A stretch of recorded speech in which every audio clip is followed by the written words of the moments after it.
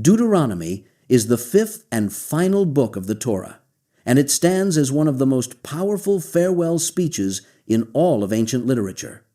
It is not simply a repeat of the laws already given in Exodus, Leviticus, and Numbers.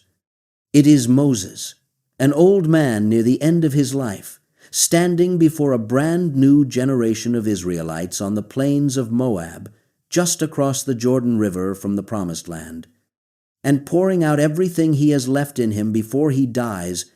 He will not be allowed to cross over. He knows this. And so every word he speaks in this book carries the weight of a man who understands this is his last chance to prepare his people for the future without him.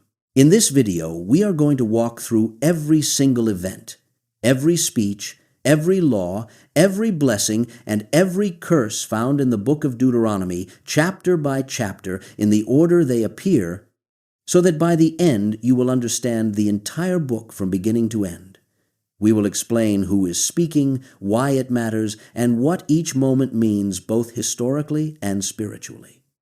Grab something to drink and get comfortable, because this is going to be a long and thorough journey through one of the richest books in the entire Bible.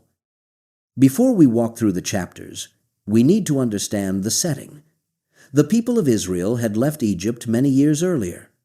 They had wandered in the wilderness for 40 years because of their unbelief at Kadesh Barnea, a place we will discuss in detail shortly.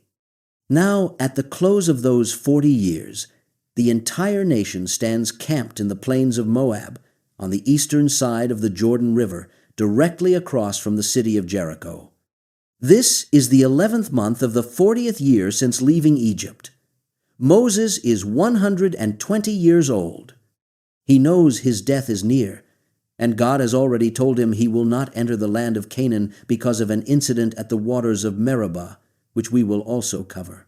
The entire book of Deuteronomy takes place within about 1 month, right before the people cross the Jordan under a new leader named Joshua. The word Deuteronomy itself means second law, or a repetition of the law, because Moses is restating the covenant and its commandments to a generation that did not personally stand at Mount Horeb, also called Mount Sinai, when the covenant was first given. Nearly everyone who had stood at that mountain as an adult had died in the wilderness. This new generation needed to hear the law fresh, in their own ears, so they could enter their inheritance with understanding rather than simply inherited tradition. The book opens with Moses beginning to explain the law to the assembly of Israel on this side of the Jordan, in the wilderness, in the plain opposite the Sea of Reeds, between Paran and other landmarks.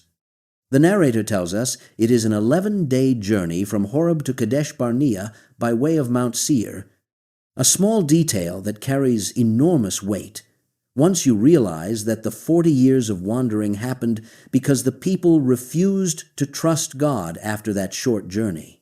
Moses begins his recounting at Horeb, where the Lord had spoken to the people and told them they had stayed at that mountain long enough. It was time to move forward and take possession of the land promised to Abraham, Isaac, and Jacob and their descendants after them. This is a beautiful and important reminder that the promise of the land did not begin with Moses.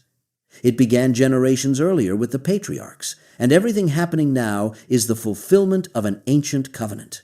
Moses then recalls how the burden of leading the people alone had become too heavy for him. He reminds the people that he told them he could not bear the weight of their disputes and needs by himself, so wise, understanding, and respected men were chosen from each tribe to serve as leaders over thousands, hundreds, 50s, and 10s, along with officers to help judge the people.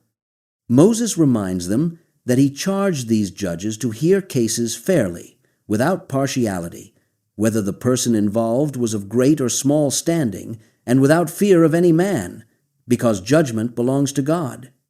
Any case too difficult would be brought to Moses himself. Then comes one of the most sobering recollections in the entire book. Moses reminds the people of what happened at Kadesh Barnea. He tells them how they set out from Horeb and went through that great and terrifying wilderness until they reached Kadesh Barnea, right at the edge of the Promised Land. Moses had told them the land was before them, and they should go up and take possession of it just as the Lord had promised, without fear or discouragement. But the people came to Moses and asked to send men ahead to scout out the land first.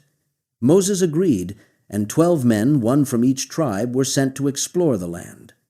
They went up into the hill country, reached a valley, and brought back some of the fruit of the land, reporting that it was indeed a good land. Yet 10 of these 12 men brought back a discouraging report, saying the people there were stronger and taller, the cities were large and fortified up to the sky, and they had even seen descendants of the giants there. This report caused the entire congregation to panic. Instead of trusting the God who had already brought them out of Egypt with mighty signs and wonders, the people grumbled in their tents and accused the Lord of hating them, claiming he had brought them out of Egypt only to hand them over to enemies who would destroy them. Moses reminds them how he tried to encourage them, telling them not to be terrified, because the Lord their God, who goes before them, would fight for them just as he had done in Egypt before their very eyes, and in the wilderness, where they had seen how the Lord carried them the whole way, the way a father carries his son, until they arrived at that very place. Despite this encouragement, the people still did not trust the Lord their God. Because of this rebellion, the Lord became angry and swore that none of the men of that generation, that evil generation, would see the good land promised to their fathers, except for Caleb, who followed the Lord wholeheartedly, and he would see the land, and his descendants would receive it as an inheritance. Moses reminds them that the Lord was even angry with him because of them, telling him that he too would not enter the land, but Joshua, who stood before Moses, would enter it, and Moses was told to encourage him because he would lead Israel to inherit the land. Moses then tells the people how the Lord said their little ones, whom they feared would become plunder for their enemies, would be the ones who would enter the land, along with Caleb and Joshua, while the rest were told to turn back into the wilderness by way of the Sea of Reeds. When Moses reported this judgment to the people, they wept before the Lord, then decided on their own initiative to go up and fight against the Lord's instruction.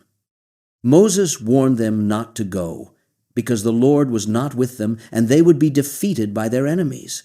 They did not listen. They presumptuously went up into the hill country, and the Amorites who lived there came out and chased them like bees, striking them down from Seir all the way to Hormah.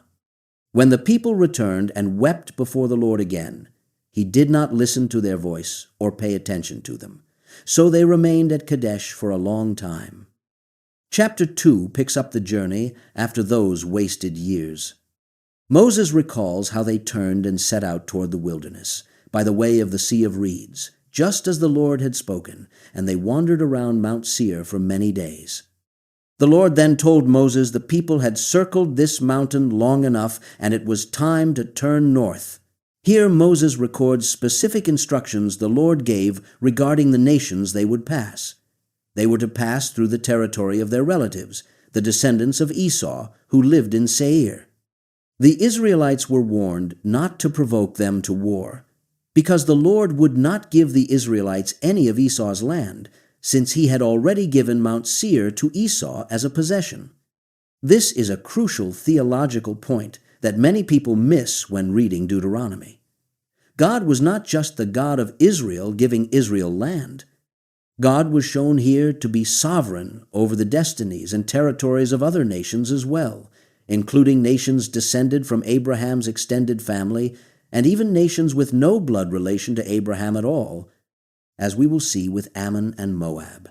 The Israelites were instructed to buy food and water from the descendants of Esau with money, treating them fairly as they passed through, because the Lord had blessed the Israelites in all the work of their hands during their long trek through that vast wilderness.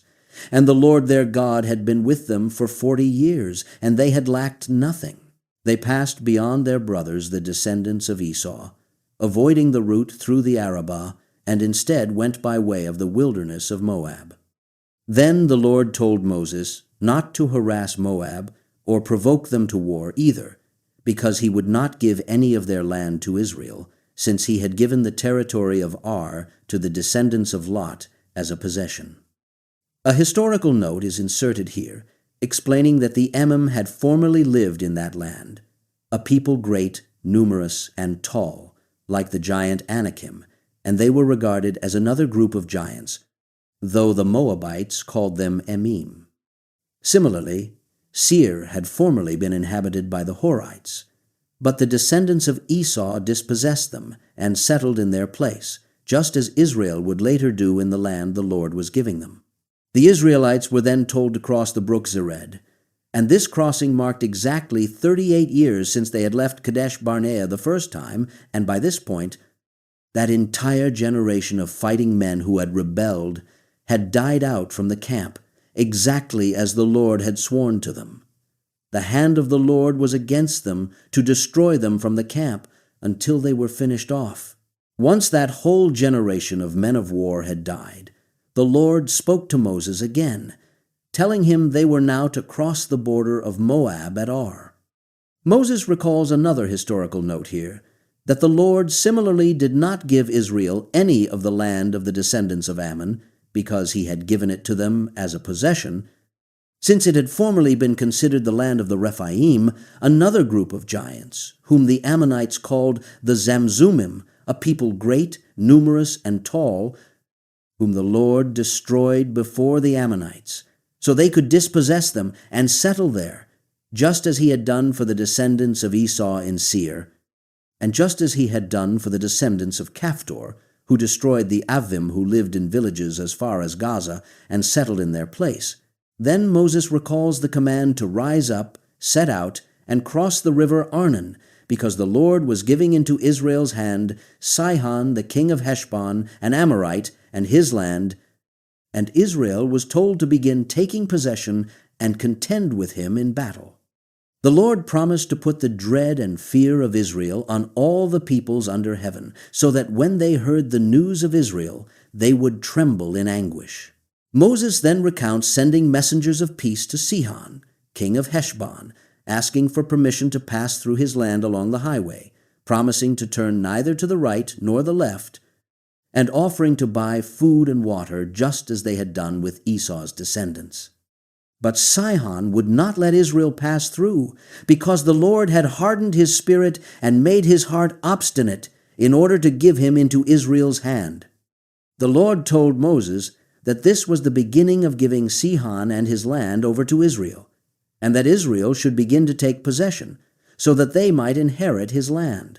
Then Sihon came out against Israel with all his people to fight at Jahaz, and the Lord gave him over to Israel, and they defeated him along with his sons and all his people.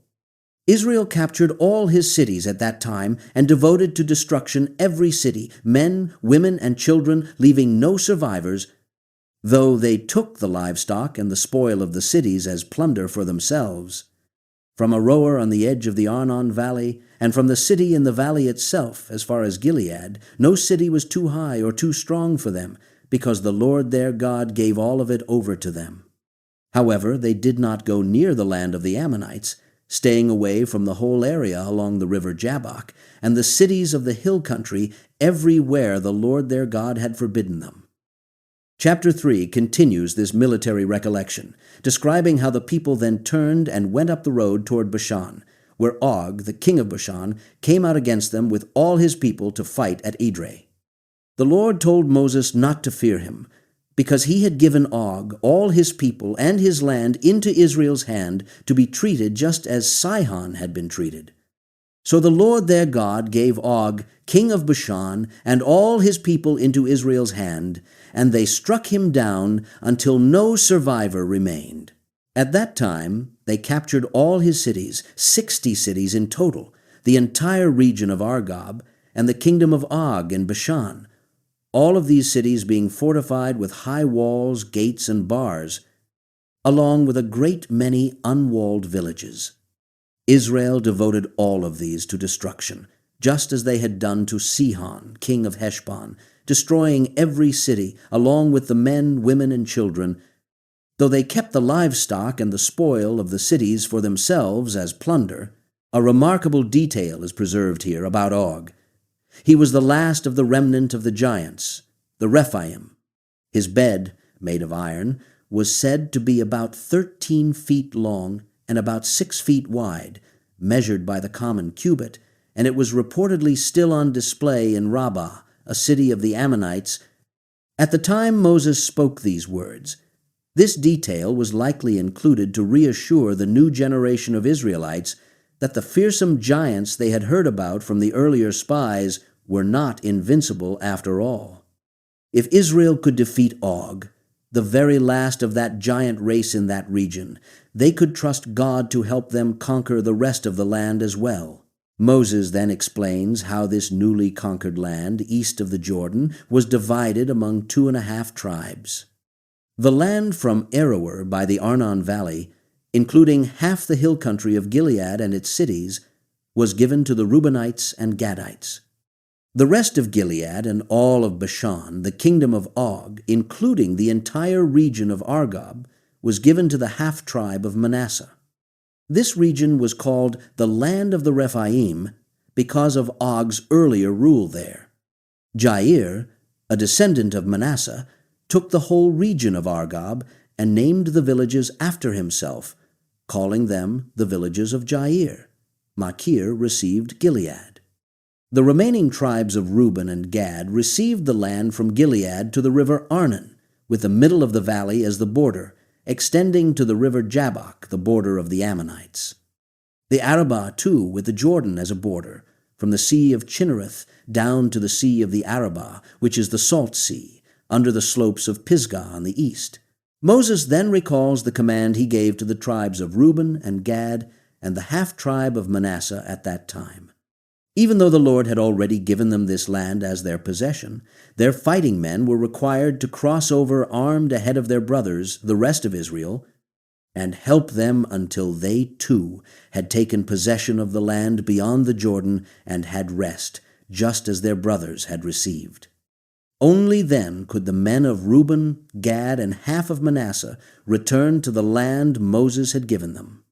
This detail matters because it shows that receiving an inheritance did not exempt anyone from the responsibility of helping the wider community achieve their own inheritance. Blessing carried responsibility, not just for oneself, but for the whole family of Israel. Moses also recalls commanding Joshua at that time, telling him that his own eyes had seen everything the Lord their God had done to these 2 kings, and the Lord would do the same to all the kingdoms Joshua was about to cross into. Joshua was told not to fear them, because the Lord their God himself would fight for them. The chapter closes with one of the most personally moving passages in the whole book. Moses recounts pleading with the Lord at that time, asking to be allowed to cross over and see the good land beyond the Jordan, that beautiful hill country and Lebanon. But the Lord was angry with Moses because of the people and would not listen to him. Instead, the Lord told him that was enough, and he should never speak of the matter again. Instead, Moses was told to go up to the top of Pisgah and look in every direction with his own eyes, because he would not be allowed to cross the Jordan. But he was to commission Joshua and encourage and strengthen him, because Joshua would cross over ahead of the people and cause them to inherit the land Moses would only be allowed to see from a distance. This is one of the most humanizing moments in the entire Torah. Moses, the great leader who had spoken with God face to face, who had performed miracles before Pharaoh, who had led over 1 million people through the wilderness for 40 years, was denied entry into the very land he had worked his entire life toward, all because of a single moment of disobedience at the waters of Meribah, which we will discuss when we reach the book of Numbers references embedded later in Deuteronomy. And yet Moses does not respond with bitterness in this text. He accepts the answer and moves forward to prepare Joshua and the people for what lies ahead. Chapter 4 shifts from historical recollection into direct exhortation. Moses urges Israel to listen to the statutes and rules he is about to teach them, so that they may live and go in and take possession of the land the Lord, the God of their fathers, is giving them. He tells them not to add to the word he commands them, nor take from it, but to keep the commandments of the Lord their God. He reminds them of what their own eyes had seen regarding the incident at Baal Peor, where the Lord destroyed everyone who followed after that false god, while those who held fast to the Lord their God were all alive that very day. This is a direct appeal to personal memory and experience, not second-hand tradition. Moses is speaking to survivors, people who watched their own family members die because of idolatry, and he uses that shared memory to strengthen his appeal for faithfulness. Moses tells the people to keep these statutes and rules and do them, for this will be their wisdom and understanding in the sight of the peoples who will hear of these statutes and say that surely this great nation is a wise and understanding people. No other great nation has a God so near to them as the Lord their God is near to Israel whenever they call upon him. No other nation has statutes and rules so righteous as this entire law Moses is setting before them. He warns them to be careful and watch themselves closely, so they do not forget the things their eyes have seen, and so these things do not depart from their heart all the days of their life. They are to make them known to their children and their children's children, especially the day they stood before the Lord at Horeb, when he told Moses to gather the people so they could hear his words and learn to fear him all the days they live on the earth, and that they might teach their children as well. Moses recalls how the people had come near and stood at the foot of the mountain, which was burning with fire to the very heart of the heavens, wrapped in darkness, cloud, and thick gloom. The Lord spoke to them out of the fire, and they heard the sound of words, but saw no form, only a voice. He declared to them his covenant, which he commanded them to perform, the 10 Commandments, and he wrote them on 2 tablets of stone. Moses was commanded at that time to teach them the statutes and rules they were to do in the land they were crossing over to possess. Then comes a crucial and repeated warning. Moses tells the people to be very careful, since they saw no form on the day the Lord spoke to them at Horeb out of the midst of the fire, not to act corruptly by making an image for themselves in the form of any figure, whether male or female, or any animal on the earth, any bird that flies in the sky, any creature that crawls on the ground, or any fish in the waters. He warns them not to look up to the heavens, and, seeing the sun, moon, and stars, all the host of heaven, be drawn away to worship and serve them, things the Lord their God has allotted to all the peoples under heaven. But Israel the Lord has taken and brought out of Egypt, out of the iron furnace, to be a people of his own inheritance, as they are this very day. Moses tells them that the Lord was angry with him because of them, and swore he would not cross the Jordan, and would not enter the good land the Lord their God is giving them as an inheritance, but he would die in this land without crossing the Jordan, while they would cross over and take possession of that good land. He warns them again to take care not to forget the covenant of the Lord their God made with them, and not to make a carved image in the form of anything the Lord their God has forbidden, because the Lord their God is a consuming fire, a jealous God. Moses then gives a sobering prophetic warning. When they have had children and grandchildren and become old in the land, if they act corruptly by making a carved image in the form of anything, doing evil in the sight of the Lord their God, so as to provoke him to anger, Moses calls heaven and earth to witness against them that they will soon utterly perish from the land they are crossing the Jordan to possess. They will not live long in it, but will be utterly destroyed. The Lord will scatter them among the peoples, and only a few will remain among the nations where the Lord will drive them. There they will serve gods made by human hands, wood and stone, that neither see nor hear nor eat nor smell. But even in the midst of this warning of exile, Moses offers hope. From there they will seek the Lord their God and find him if they search after him with all their heart and soul. When they are in tribulation, and all these things have come upon them in the latter days, they will return to the Lord their God and listen to his voice, because the Lord their God is a merciful God, He will not leave them, destroy them, or forget the covenant with their fathers that he swore to them. Moses then challenges the people to ask about former days, long before their own time, from the day God created man on the earth, and to ask from one end of the heavens to the other, whether anything as great as this has ever happened or been heard of, that a people has heard the voice of a God speaking out of the midst of fire as they had heard, and still lived. Or has any God ever attempted to go and take a nation for himself from the midst of another nation, by trials, signs, wonders, war, a mighty hand, an outstretched arm, and great deeds of terror, all of which the Lord their God did for them in Egypt before their very eyes? This was shown to them so that they might know that the Lord is God, and there is no other besides him. He caused Israel to hear his voice from heaven to discipline them, and on earth he let them see his great fire, and they heard his words out of the midst of the fire.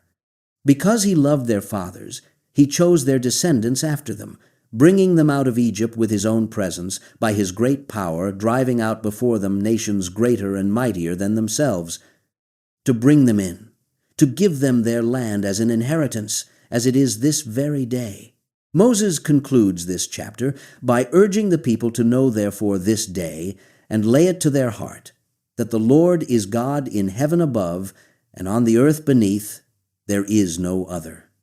They are to keep his statutes and commandments, which Moses is commanding them that day, so that it may go well with them and with their children after them, and that they may prolong their days in the land the Lord their God is giving them for all time. The chapter closes with a brief historical note about Moses setting apart 3 cities on the east side of the Jordan, to which a person who accidentally killed a neighbor without malice, someone who had not hated the neighbor in the past, could flee and live. These cities were Bezer in the wilderness for the Reubenites, Ramoth in Gilead for the Gadites, and Golan in Bashan for the Manassites. This is our first mention of the cities of refuge, a merciful legal provision we will discuss further later in the book.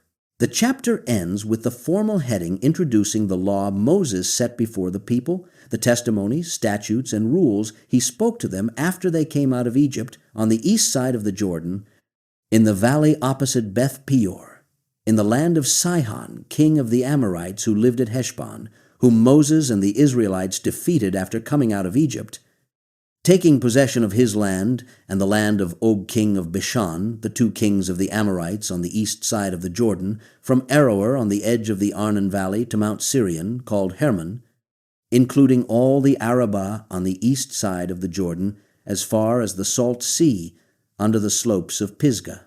Chapter 5 opens Moses' second major speech.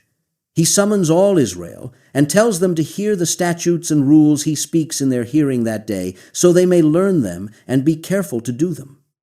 He reminds them the Lord their God made a covenant with them at Horeb, and this covenant was not made only with their fathers, but with them, all of them who were alive there that day. This is a critical theological point.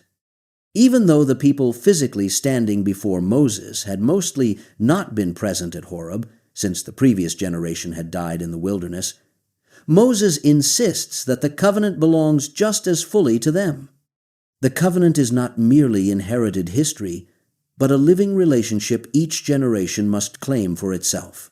Moses recalls that the Lord spoke with them face to face at the mountain, out of the midst of the fire, while Moses stood between the Lord and the people at that time to declare to them the word of the Lord, because they were afraid because of the fire and did not go up the mountain.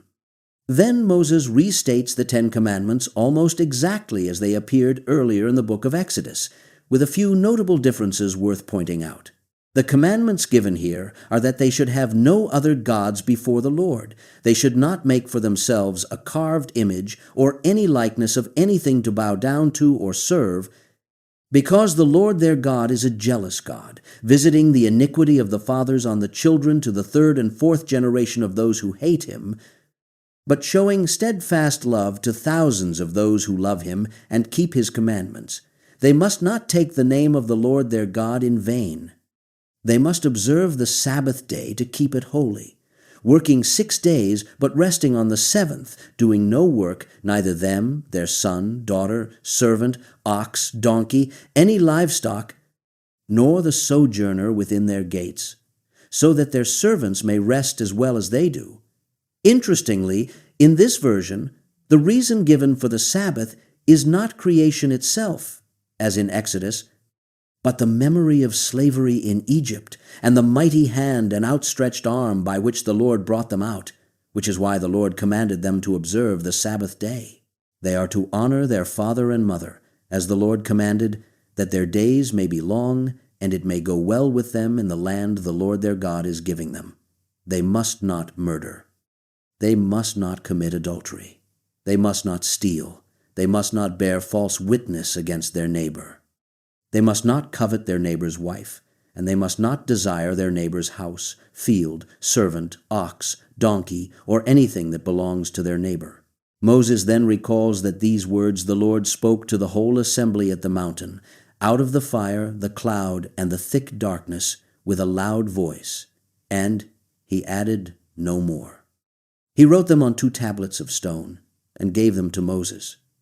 When the people heard the voice out of the darkness, while the mountain was burning with fire, all the heads of their tribes and their elders came near to Moses, and told him that the Lord their God had shown them his glory and greatness, and they had heard his voice out of the fire, and they had seen that day that God speaks with man, and man still lives.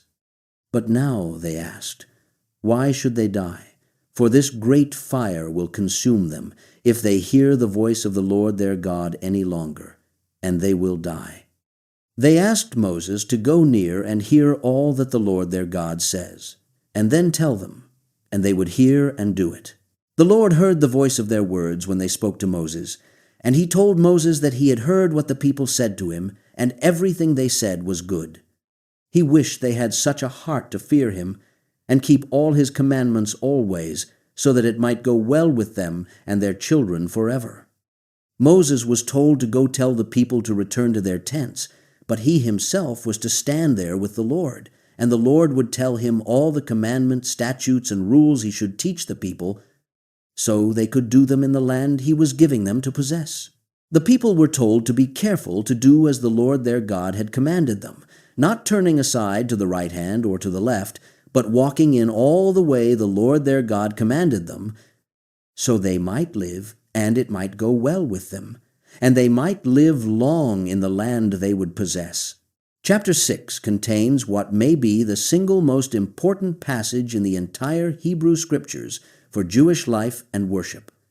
Moses introduces the commandments, statutes, and rules the Lord commanded him to teach the people to do in the land they are crossing over to possess, so they might fear the Lord their God, keeping all his statutes and commandments, they, their son and their grandson, all the days of their life, and so their days may be long. Israel is told to hear and be careful to do these things, so that it may go well with them, and they may multiply greatly, just as the Lord, the God of their fathers, has promised them, in a land flowing with milk and honey. Then comes the great declaration, known in Hebrew tradition as the Shema. Hear, O Israel, the Lord is our God, the Lord is one. You shall love the Lord your God with all your heart, with all your soul, and with all your might. These words that Moses commands them that day shall be in their heart. They shall teach them diligently to their children, and shall talk of them when they sit in their house, when they walk by the way, when they lie down, and when they rise. They shall bind them as a sign on their hand, and they shall be as frontlets between their eyes. They shall write them on the doorposts of their house and on their gates. This passage would become the foundation of the practice of wearing phylacteries, called tefillin, and placing mezuzahs on doorposts, practices still observed by faithful Jews today. But beyond ritual, the deeper meaning here is that faith in God was never meant to be confined to formal worship settings. It was meant to saturate ordinary life, conversation with children, walking down the road, resting at home, waking in the morning. Faith was meant to be woven into the fabric of everyday existence, not compartmentalized into a single day of the week or a single building. Moses warns that when the Lord brings them into the land, he swore to their fathers, Abraham, Isaac, and Jacob, to give them, with great and good cities they did not build, houses full of all good things they did not fill, cisterns they did not dig, vineyards and olive trees they did not plant. And when they eat and are full, they must take care lest they forget the Lord who brought them out of the land of Egypt, out of the house of slavery. They are to fear the Lord their God, serve him, and swear by his name. They must not go after other gods, the gods of the peoples around them. For the Lord their God in their midst is a jealous God, and his anger would burn against them and destroy them from the face of the earth. They must not put the Lord their God to the test, as they did at Massah, a reference to an earlier incident of complaining about lack of water in the wilderness. They must diligently keep the commandments of the Lord their God, his testimonies, and his statutes, doing what is right and good in the sight of the Lord, so that it may go well with them, and they may go in and take possession of the good land the Lord swore to give their fathers, thrusting out all their enemies from before them, as the Lord has promised. Moses anticipates a future question from children. When a son asks in time to come what the meaning is of the testimonies, statutes, and rules the Lord commanded, the father is to answer that they were slaves to Pharaoh in Egypt. And the Lord brought them out of Egypt with a mighty hand, performing great and grievous signs and wonders against Egypt, against Pharaoh and all his household before their very eyes, bringing them out from there to bring them in, to give them the land he swore to their fathers. The Lord commanded them to do all these statutes, to fear the Lord their God for their good always, and to keep them alive, as they are this day.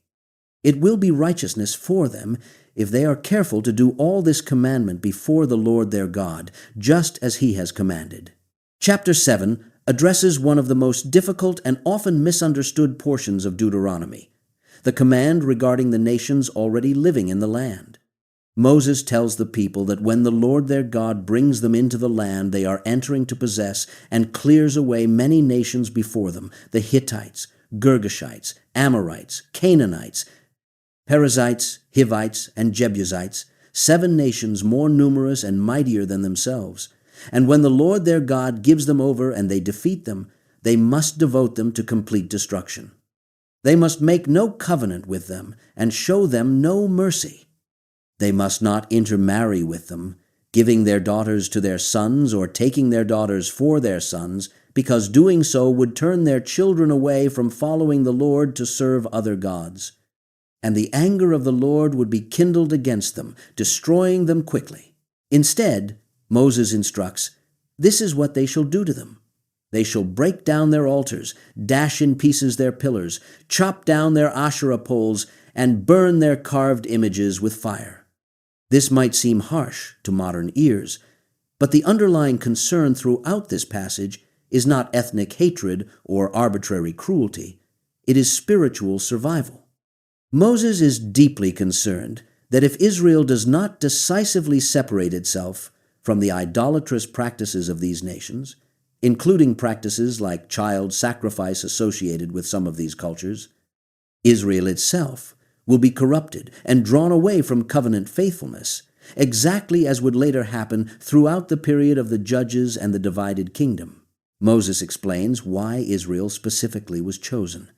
He tells them that they are a people holy to the Lord their God. The Lord their God has chosen them to be a people for his treasured possession out of all the peoples on the face of the earth. The Lord did not set his love on them or choose them because they were more numerous than any other people, for they were the fewest of all peoples. It was because the Lord loved them and kept the oath he swore to their fathers that he brought them out with a mighty hand and redeemed them from the house of slavery, from the hand of Pharaoh, king of Egypt. This is an extraordinary theological statement. Israel's election was never based on merit, size, or moral superiority. It was rooted entirely in God's own faithfulness to a promise made generations earlier, and in his own love, a love that itself needs no external justification. Moses tells the people to know, therefore, that the Lord their God is God, The faithful God who keeps covenant and steadfast love with those who love him and keep his commandments to 1,000 generations, and repays to their face those who hate him by destroying them, showing no mercy to one who hates him, but repaying him to his face. Moses commands the people to be careful to do the commandment, statutes, and rules he commands them that day.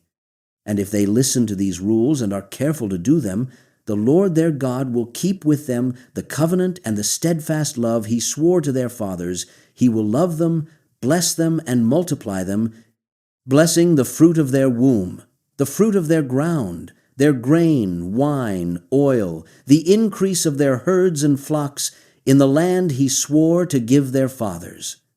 They will be blessed above all peoples. There will not be male or female barren among them or among their livestock. The Lord will take away from them all sickness, and he will not put on them any of the evil diseases of Egypt that they knew, but will lay them on all who hate them. Moses assures them they shall consume all the peoples the Lord their God gives over to them, and their eye shall not pity them, and they shall not serve their gods, for that would be a snare to them. He acknowledges the people might say in their heart that these nations are more numerous than they are, and how can they dispossess them? He tells them not to be afraid, but to remember well what the Lord their God did to Pharaoh and to all Egypt, the great trials their eyes saw, the signs, the wonders, the mighty hand, and the outstretched arm by which the Lord their God brought them out. The Lord their God would do the same to all the peoples of whom they are afraid. Moreover, the Lord their God would send hornets among them until those who are left and hide themselves from Israel are destroyed. The people are not to be in dread of them, for the Lord their God is in their midst, a great and awesome God. He would clear away these nations little by little, not all at once, lest the wild beasts multiply against them, but the Lord their God would give them over and throw them into great confusion until they are destroyed. He would give their kings into Israel's hand, and Israel would blot out their name from under heaven. No one would be able to stand against them until they had destroyed them. The carved images of their gods were to be burned with fire, and the people were not to covet the silver or gold on them, or take it for themselves, lest they be ensnared by it, for it is an abomination to the Lord their God. They were not to bring an abominable thing into their house and become devoted to destruction like it, but were to utterly detest and abhor it, for it is devoted to destruction. Chapter 8 is a beautiful meditation on memory, humility, and gratitude. Moses tells the people to be careful to do the whole commandment he commands them that day, so that they may live and multiply and go in and possess the land the Lord swore to their fathers. They are to remember the whole way the Lord their God led them these 40 years in the wilderness, that he might humble them, testing them to know what was in their heart, whether they would keep his commandments or not.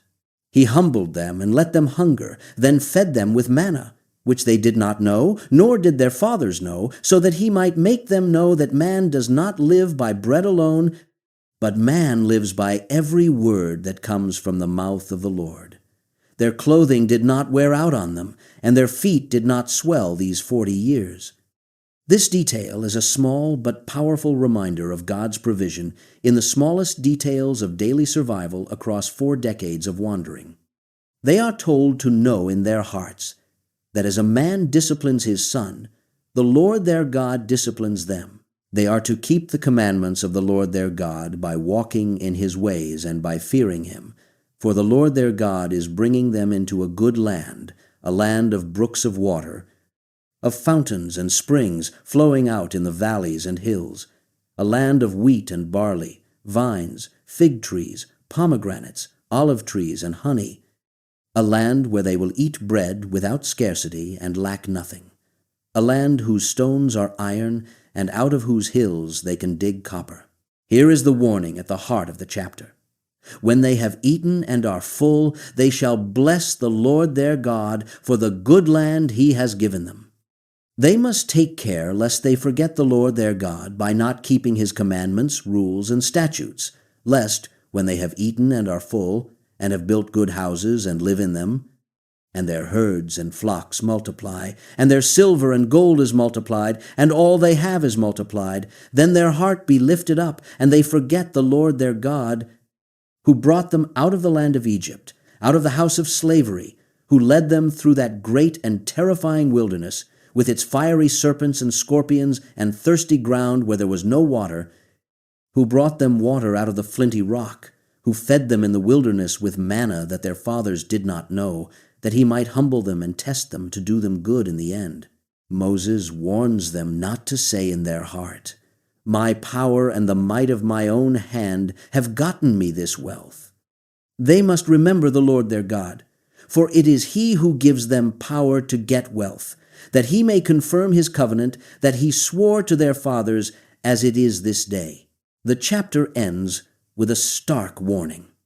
If they forget the Lord their God and go after other gods and serve and worship them, Moses solemnly warns them that they shall surely perish, just as the nations the Lord makes to perish before them. So shall they perish, because they would not obey the voice of the Lord their God. Chapter 9 begins with Moses telling Israel to hear.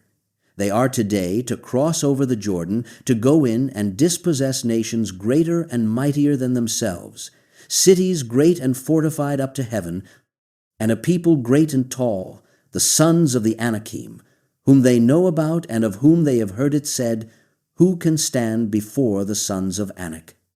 They are to know today that the Lord their God is he who goes over before them as a consuming fire. He will destroy them and subdue them before them, so they shall dispossess them and make them perish quickly, as the Lord has promised. Moses then gives a crucial correction to any pride that might arise once the conquest succeeds. After the Lord has driven them out before them, they must not say in their hearts that it is because of their own righteousness the Lord has brought them in to possess this land, when actually it is because of the wickedness of these nations that the Lord is driving them out before them. It is not because of their righteousness or the uprightness of their heart that they are going in to possess the land, but because of the wickedness of these nations the Lord is driving them out before them, and that he may confirm the word he swore to their fathers, Abraham, Isaac, and Jacob. Moses insists they know it is not because of their righteousness that the Lord is giving them this good land to possess, for they are a stubborn people. He urges them to remember and not forget how they provoked the Lord their God to wrath in the wilderness, that from the day they departed out of the land of Egypt until they came to this place, they have been rebellious against the Lord. This launches into an extended and painfully honest recollection of the golden calf incident. Even at Horeb, Moses reminds them, they provoked the Lord to wrath, and the Lord was so angry with them he would have destroyed them. Moses recalls going up the mountain to receive the tablets of stone, the tablets of the covenant the Lord made with them, remaining on the mountain 40 days and 40 nights, neither eating bread nor drinking water. The Lord gave him the 2 tablets of stone written with the finger of God, containing all the words the Lord had spoken with them on the mountain out of the fire on the day of the assembly.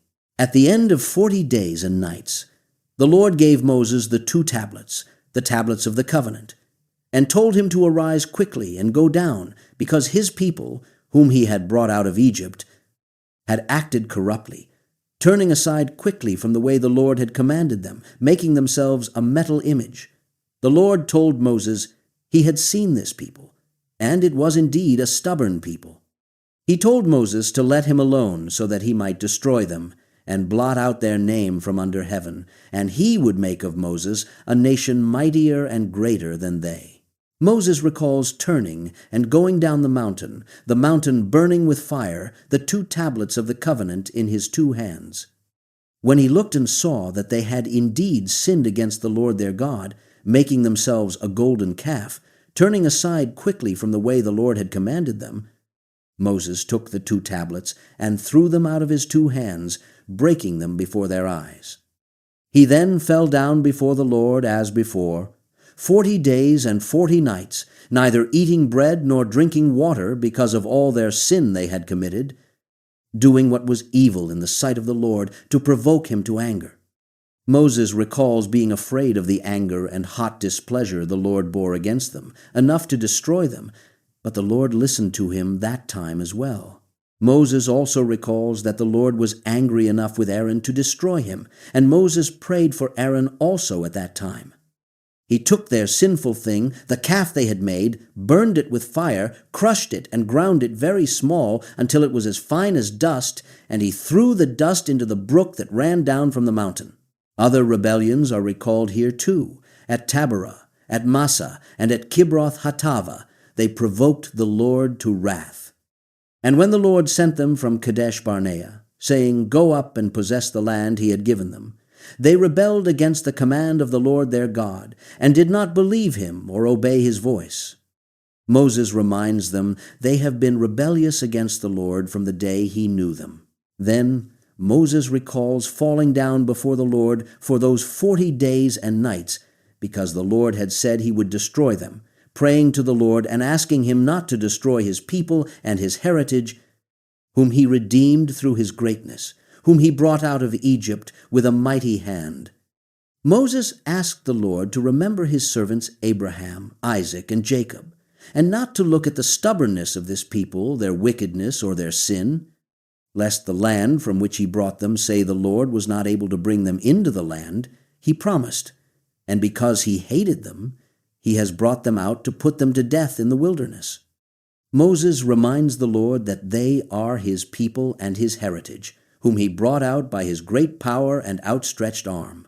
Chapter 10 continues directly from the previous chapter's recollection. The Lord told Moses at that time to cut 2 tablets of stone like the first, come up to him on the mountain, and make an ark of wood. He would write on the tablets the words that were on the first tablets, which Moses broke, and Moses was to put them in the ark. So Moses made an ark of acacia wood, cut 2 tablets of stone like the first, and went up the mountain with the 2 tablets in his hand.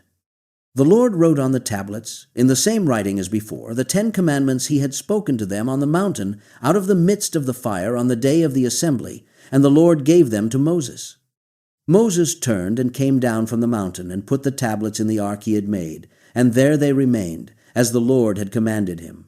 A brief historical aside is noted here, that the people of Israel journeyed from Beroth Bene Jaakan to Mosera, where Aaron died and was buried, and his son Eleazar ministered as priest in his place.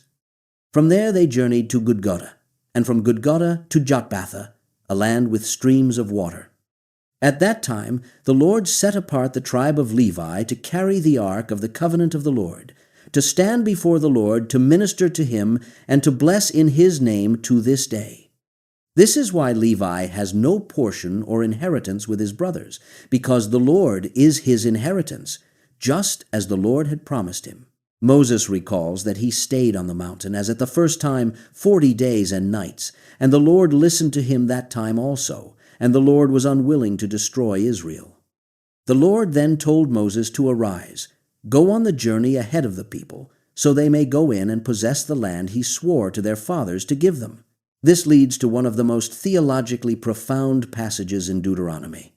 Moses asks what the Lord their God requires of them, but to fear the Lord their God, to walk in all his ways, to love him, to serve the Lord their God with all their heart and with all their soul, and to keep the commandments and statutes of the Lord, which Moses commands them that day for their good.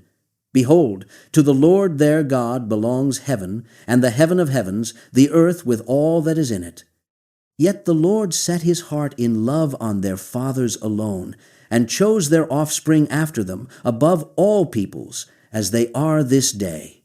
Then comes the striking command. They are to circumcise the foreskin of their heart and be no longer stubborn. This metaphorical use of circumcision is significant. It shows that the physical sign of the covenant, circumcision of the flesh, was always meant to point towards something deeper, an inward transformation of the heart, a softening of stubbornness, a genuine devotion rather than mere external compliance. Moses reminds them that the Lord their God is God of gods and Lord of lords, the great, mighty, and awesome God who is not partial and takes no bribe, who executes justice for the fatherless and the widow, and loves the sojourner, giving him food and clothing. They too are to love the sojourner, for they were sojourners in the land of Egypt. They are to fear the Lord their God, serve him, hold fast to him, and swear by his name. He is their praise. He is their God, who has done for them these great and terrifying things their own eyes have seen. Their fathers went down to Egypt 70 persons, and now the Lord their God has made them as numerous as the stars of heaven. Chapter 11 continues the exhortation, urging Israel to love the Lord their God and keep his charge, his statutes, his rules, and his commandments always. Moses reminds them that it is not their children who have not known or seen the discipline of the Lord their God, his greatness, his mighty hand, his outstretched arm, his signs and deeds that he did in Egypt to Pharaoh and to all his land, what he did to the army of Egypt, to their horses and chariots, how he made the water of the sea of reeds overflow them as they pursued Israel, and the Lord has destroyed them to this day, and what he did to them in the wilderness until they came to this place. He recalls also what he did to Dathan and Abiram, sons of Eliab, son of Reuben, how the earth opened its mouth and swallowed them up, along with their households, their tents, and every living thing that followed them, in the midst of all Israel. This is a reference to a rebellion recorded earlier in the book of Numbers, and Moses invokes it here as a vivid, unforgettable warning against rebellion, against divinely appointed leadership.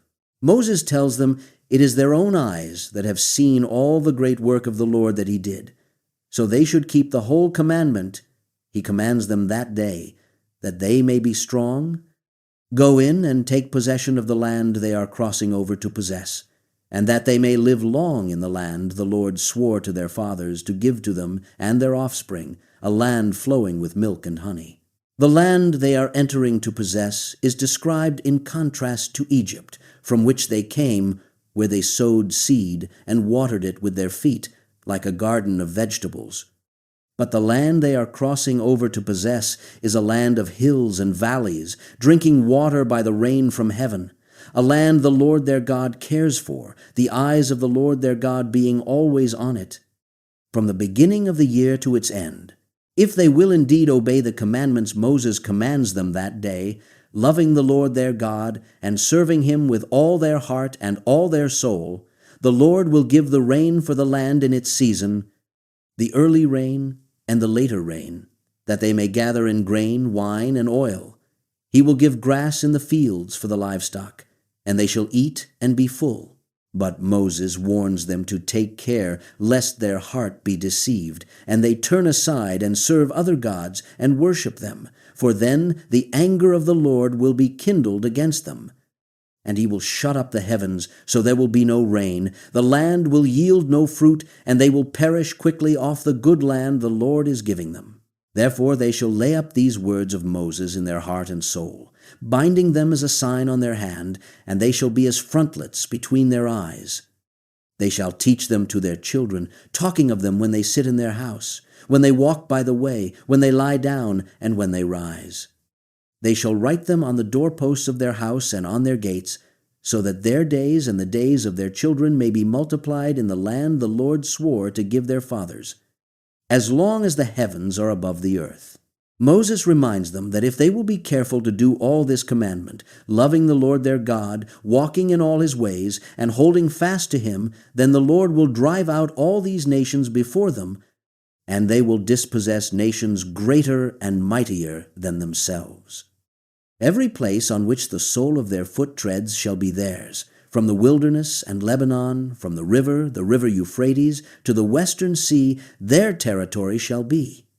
No man shall be able to stand against them, for the Lord their God will lay the fear and dread of them on all the land that they shall tread, just as he has promised them.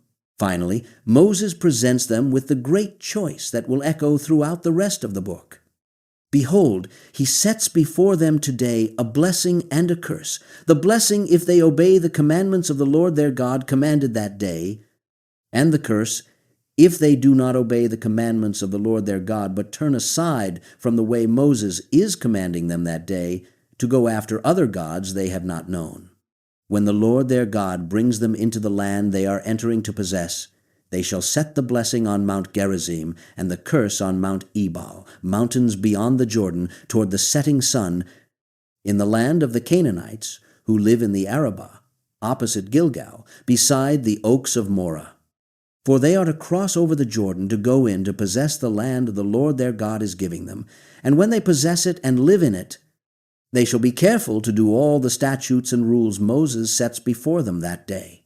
At this point, Moses transitions into the detailed body of legislation that occupies the bulk of the middle portion of the book, from chapter 12 through chapter 26.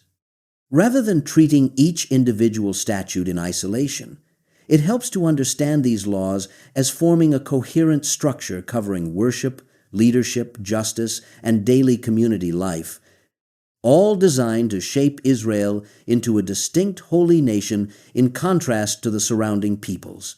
Chapter 12 begins with the command regarding centralized worship. When Israel enters the land, they must utterly destroy all the places where the nations they are dispossessing serve their gods on the mountains, hills, and under every green tree, tearing down their altars, dashing their pillars, burning their Asherah poles, cutting down carved images, and blotting out their names from those places. Unlike the surrounding nations, Israel is not to worship the Lord their God however they wish at multiple local shrines. Instead, they are to seek out the place the Lord their God will choose from among all their tribes to put his name and make his dwelling there. And there they shall bring their burnt offerings, sacrifices, tithes, contributions, vow offerings, free will offerings, and firstborn of their herds and flocks. There they shall eat before the Lord their God and rejoice, they and their households in all they have put their hand to, because the Lord their God has blessed them. This chapter also permits, importantly, what is called profane slaughter, meaning that once Israel is settled in the land, and the distance to the central sanctuary becomes impractical for everyday meals, they may kill and eat meat within their own towns according to their desire, as much as the blessing of the Lord their God gives them, the unclean and the clean eating it alike, as they would eat of the gazelle or the deer, so long as they do not eat the blood, which they must pour out on the earth like water. Sacred offerings, tithes, and vows, however, must still be brought to the central place of worship.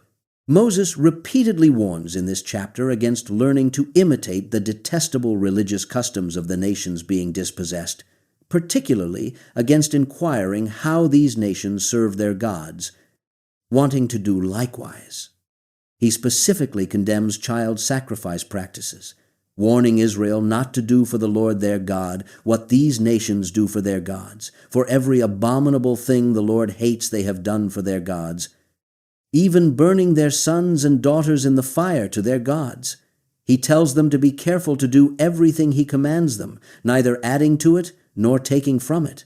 Chapter 13 addresses the danger of false prophets, and any voice, even a beloved family member or close friend, that entices the people toward idolatry, no matter what signs or wonders that voice might perform. Loyalty to the Lord alone must override every other relationship or persuasive argument, including from a prophet whose predicted sign actually comes true, because the true test of a prophet is not whether their signs come to pass, but whether their message draws people toward or away from the Lord.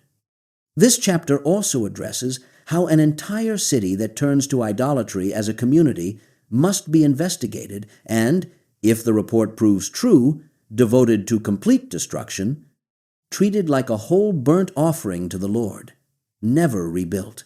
Chapter 14 returns to dietary laws similar to those found earlier in Leviticus, distinguishing clean and unclean animals, land creatures that chew the cud and have a split hoof being clean, along with fish that have fins and scales, while forbidding the eating of anything that dies naturally, though it may be given to the sojourner or sold to a foreigner.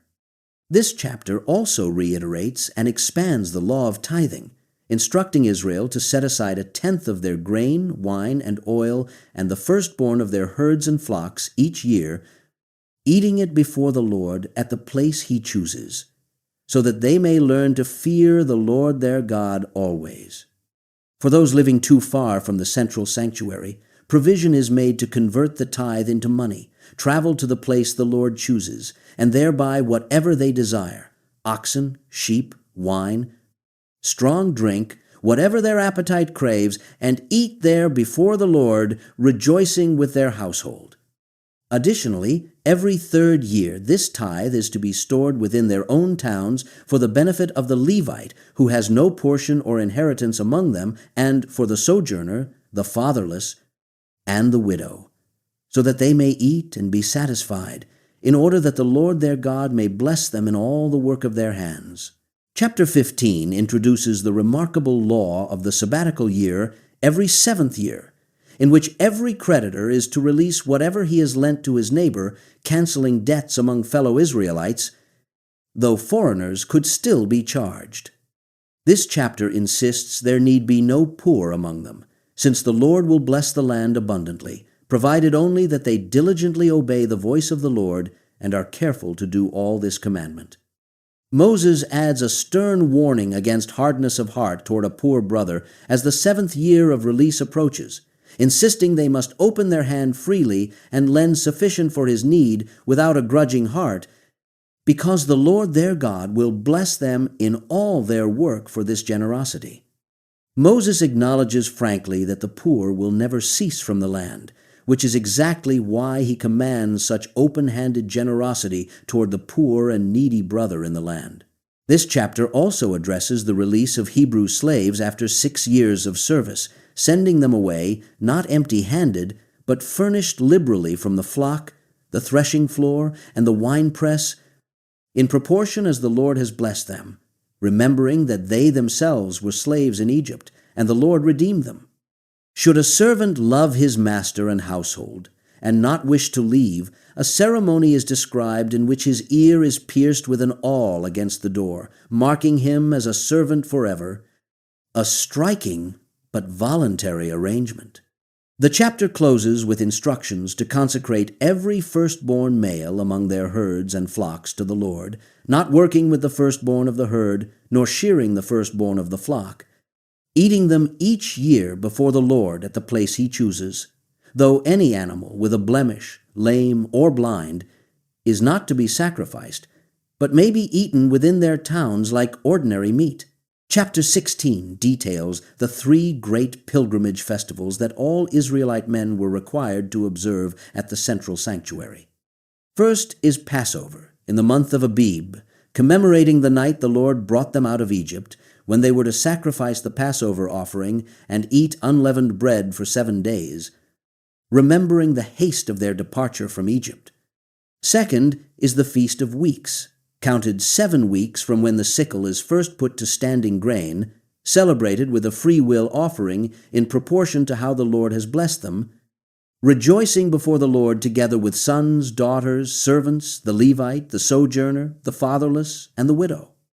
Third is the Feast of Booths, celebrated after the harvest of threshing floor and winepress, lasting 7 days, a time of rejoicing for the whole household and community, because the Lord their God will bless them in all their produce, and in all the work of their hands, so that they will be altogether joyful.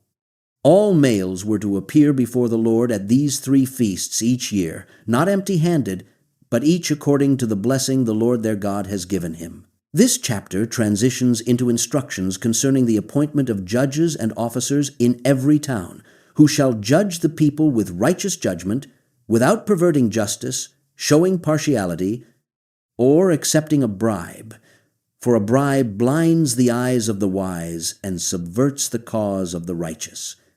Justice, and only justice, they shall pursue, so that they may live and inherit the land the Lord their God is giving them. The chapter ends by prohibiting the planting of any tree as an Asherah beside the altar of the Lord, and forbidding the setting up of any sacred pillar, both practices the Lord hates. Chapter 17 continues with judicial and religious instructions, prohibiting the sacrifice of any animal with a defect, since that is detestable to the Lord. It addresses how to handle a report that someone within the towns has served other gods, requiring careful investigation, and if the charge proves certainly true, The guilty party is to be stoned to death, with the requirement of at least 2 or 3 witnesses, and the hands of the witnesses shall be first against him to put him to death, so that evil may be purged from Israel's midst.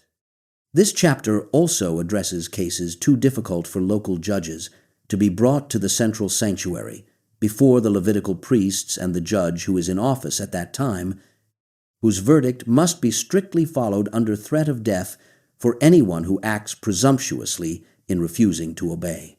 Perhaps most remarkably, this chapter also contains what is often called the law of the king, anticipating a future request by Israel for a monarchy like the surrounding nations. Should Israel eventually ask for a king, the king must be chosen by the Lord from among their own brothers, never a foreigner. He must not multiply horses for himself, or cause the people to return to Egypt to acquire more, must not acquire many wives for himself, lest his heart turn away, and must not greatly multiply silver and gold for himself. Instead, when he sits on his throne, he must write for himself a copy of this law in a book in the presence of the Levitical priests, keeping it with him and reading it all the days of his life, so that he may learn to fear the Lord his God, keeping all the words of this law, that his heart may not be lifted above his brothers, and that he may not turn aside from the commandment, so that he and his children may continue long in his kingdom in the midst of Israel. Chapter 18 addresses the provision for priests and Levites, who have no inheritance among their brothers, since the Lord is their inheritance, as he promised them. They are entitled to certain portions of sacrifices and offerings, the first fruits of grain, wine, oil, and the first fleece of the sheep, because the Lord has chosen them out of all the tribes to stand and minister in the name of the Lord. This chapter also strongly forbids Israel from adopting the detestable practices of the nations, including anyone who burns his son or daughter as an offering, anyone who practices divination or fortune-telling, interprets omens, practices sorcery, casts spells, consults mediums or necromancers, or inquires of the dead, for all who do these things are an abomination to the Lord, and it is precisely because of these abominations that the Lord is driving out these nations before Israel. Instead of turning to such practices, Moses delivers one of the most significant prophetic passages in the entire book, promising that the Lord their God will raise up for them a prophet like Moses from among their own brothers, and Israel shall listen to him, just as they had asked at Horeb not to hear the voice of the Lord again, or see the great fire any more, lest they die. The Lord told Moses at that time that this request was good, and he would raise up a prophet from among their brothers, putting his words in that prophet's mouth, and that prophet would speak to them everything the Lord commands. Whoever does not listen to the words that prophet speaks in the Lord's name, the Lord himself will require it of him. This passage would later be understood by many, including in Jewish and Christian tradition, as pointing toward a future, ultimate prophetic figure. The chapter closes by explaining how to discern a true prophet from a false one, namely, whether what the prophet speaks in the name of the Lord actually comes to pass, and if it does not come true, that word was not spoken by the Lord, and the people need not fear that prophet. Chapter 19 returns to the topic of the cities of refuge, now expanding on the earlier brief mention. When Israel possesses the land, they are to set apart 3 cities within the land itself, in addition to the 3 already appointed east of the Jordan, making 6 in total, so that any manslayer, someone who kills a neighbor unintentionally, without previous hatred, may flee there and live, since without such cities the avenger of blood, in the heat of his anger, might overtake and kill the innocent manslayer, though he did not deserve to die, since he did not hate his neighbor in the past. However, if someone hates his neighbor, lies in wait for him, attacks him, strikes him fatally, and then flees to one of these cities, the elders of his own city shall send and fetch him from there, and hand him over to the avenger of blood to die, showing no pity, so that innocent blood may be purged from Israel. This chapter also forbids moving a neighbor's landmark, set by previous generations in the inheritance the Lord has given, and it strengthens the requirement for multiple witnesses in any legal matter, insisting a single witness is never enough to convict someone of any crime or wrong, but only on the evidence of 2 or 3 witnesses shall a charge be established.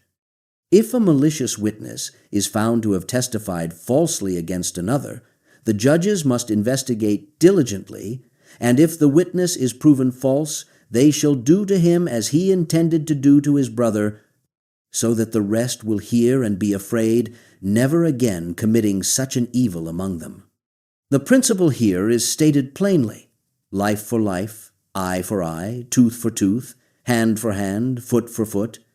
A principle meant primarily to limit punishment to proportional justice, rather than escalating vengeance, not to encourage literal retaliation in every circumstance.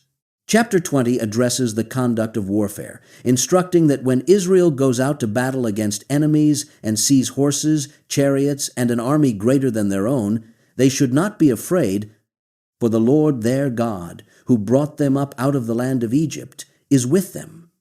Before the battle begins, a priest is to address the army, encouraging them not to faint or be afraid, for the Lord their God goes with them to fight for them against their enemies, to give them victory. Officers are then instructed to address the army as well, releasing certain men from battle, anyone who has built a new house and not yet dedicated it, anyone who has planted a vineyard and not yet enjoyed its fruit, anyone betrothed to a woman and not yet married her, and finally, anyone who is simply fearful and faint-hearted, lest his fear spread and discourage the hearts of his brothers as well. For cities far away, not among those nations, Israel is to dispossess entirely. Israel is first to offer terms of peace, and if the city accepts, its inhabitants shall become forced laborers serving Israel.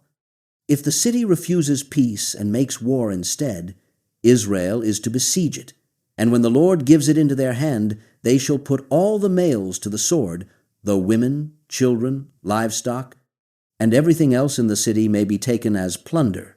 However, regarding the cities of the nations the Lord their God is giving Israel as an inheritance, Israel is to save alive nothing that breathes, in order that these nations may not teach Israel to imitate all their detestable religious practices, which would cause Israel to sin against the Lord their God.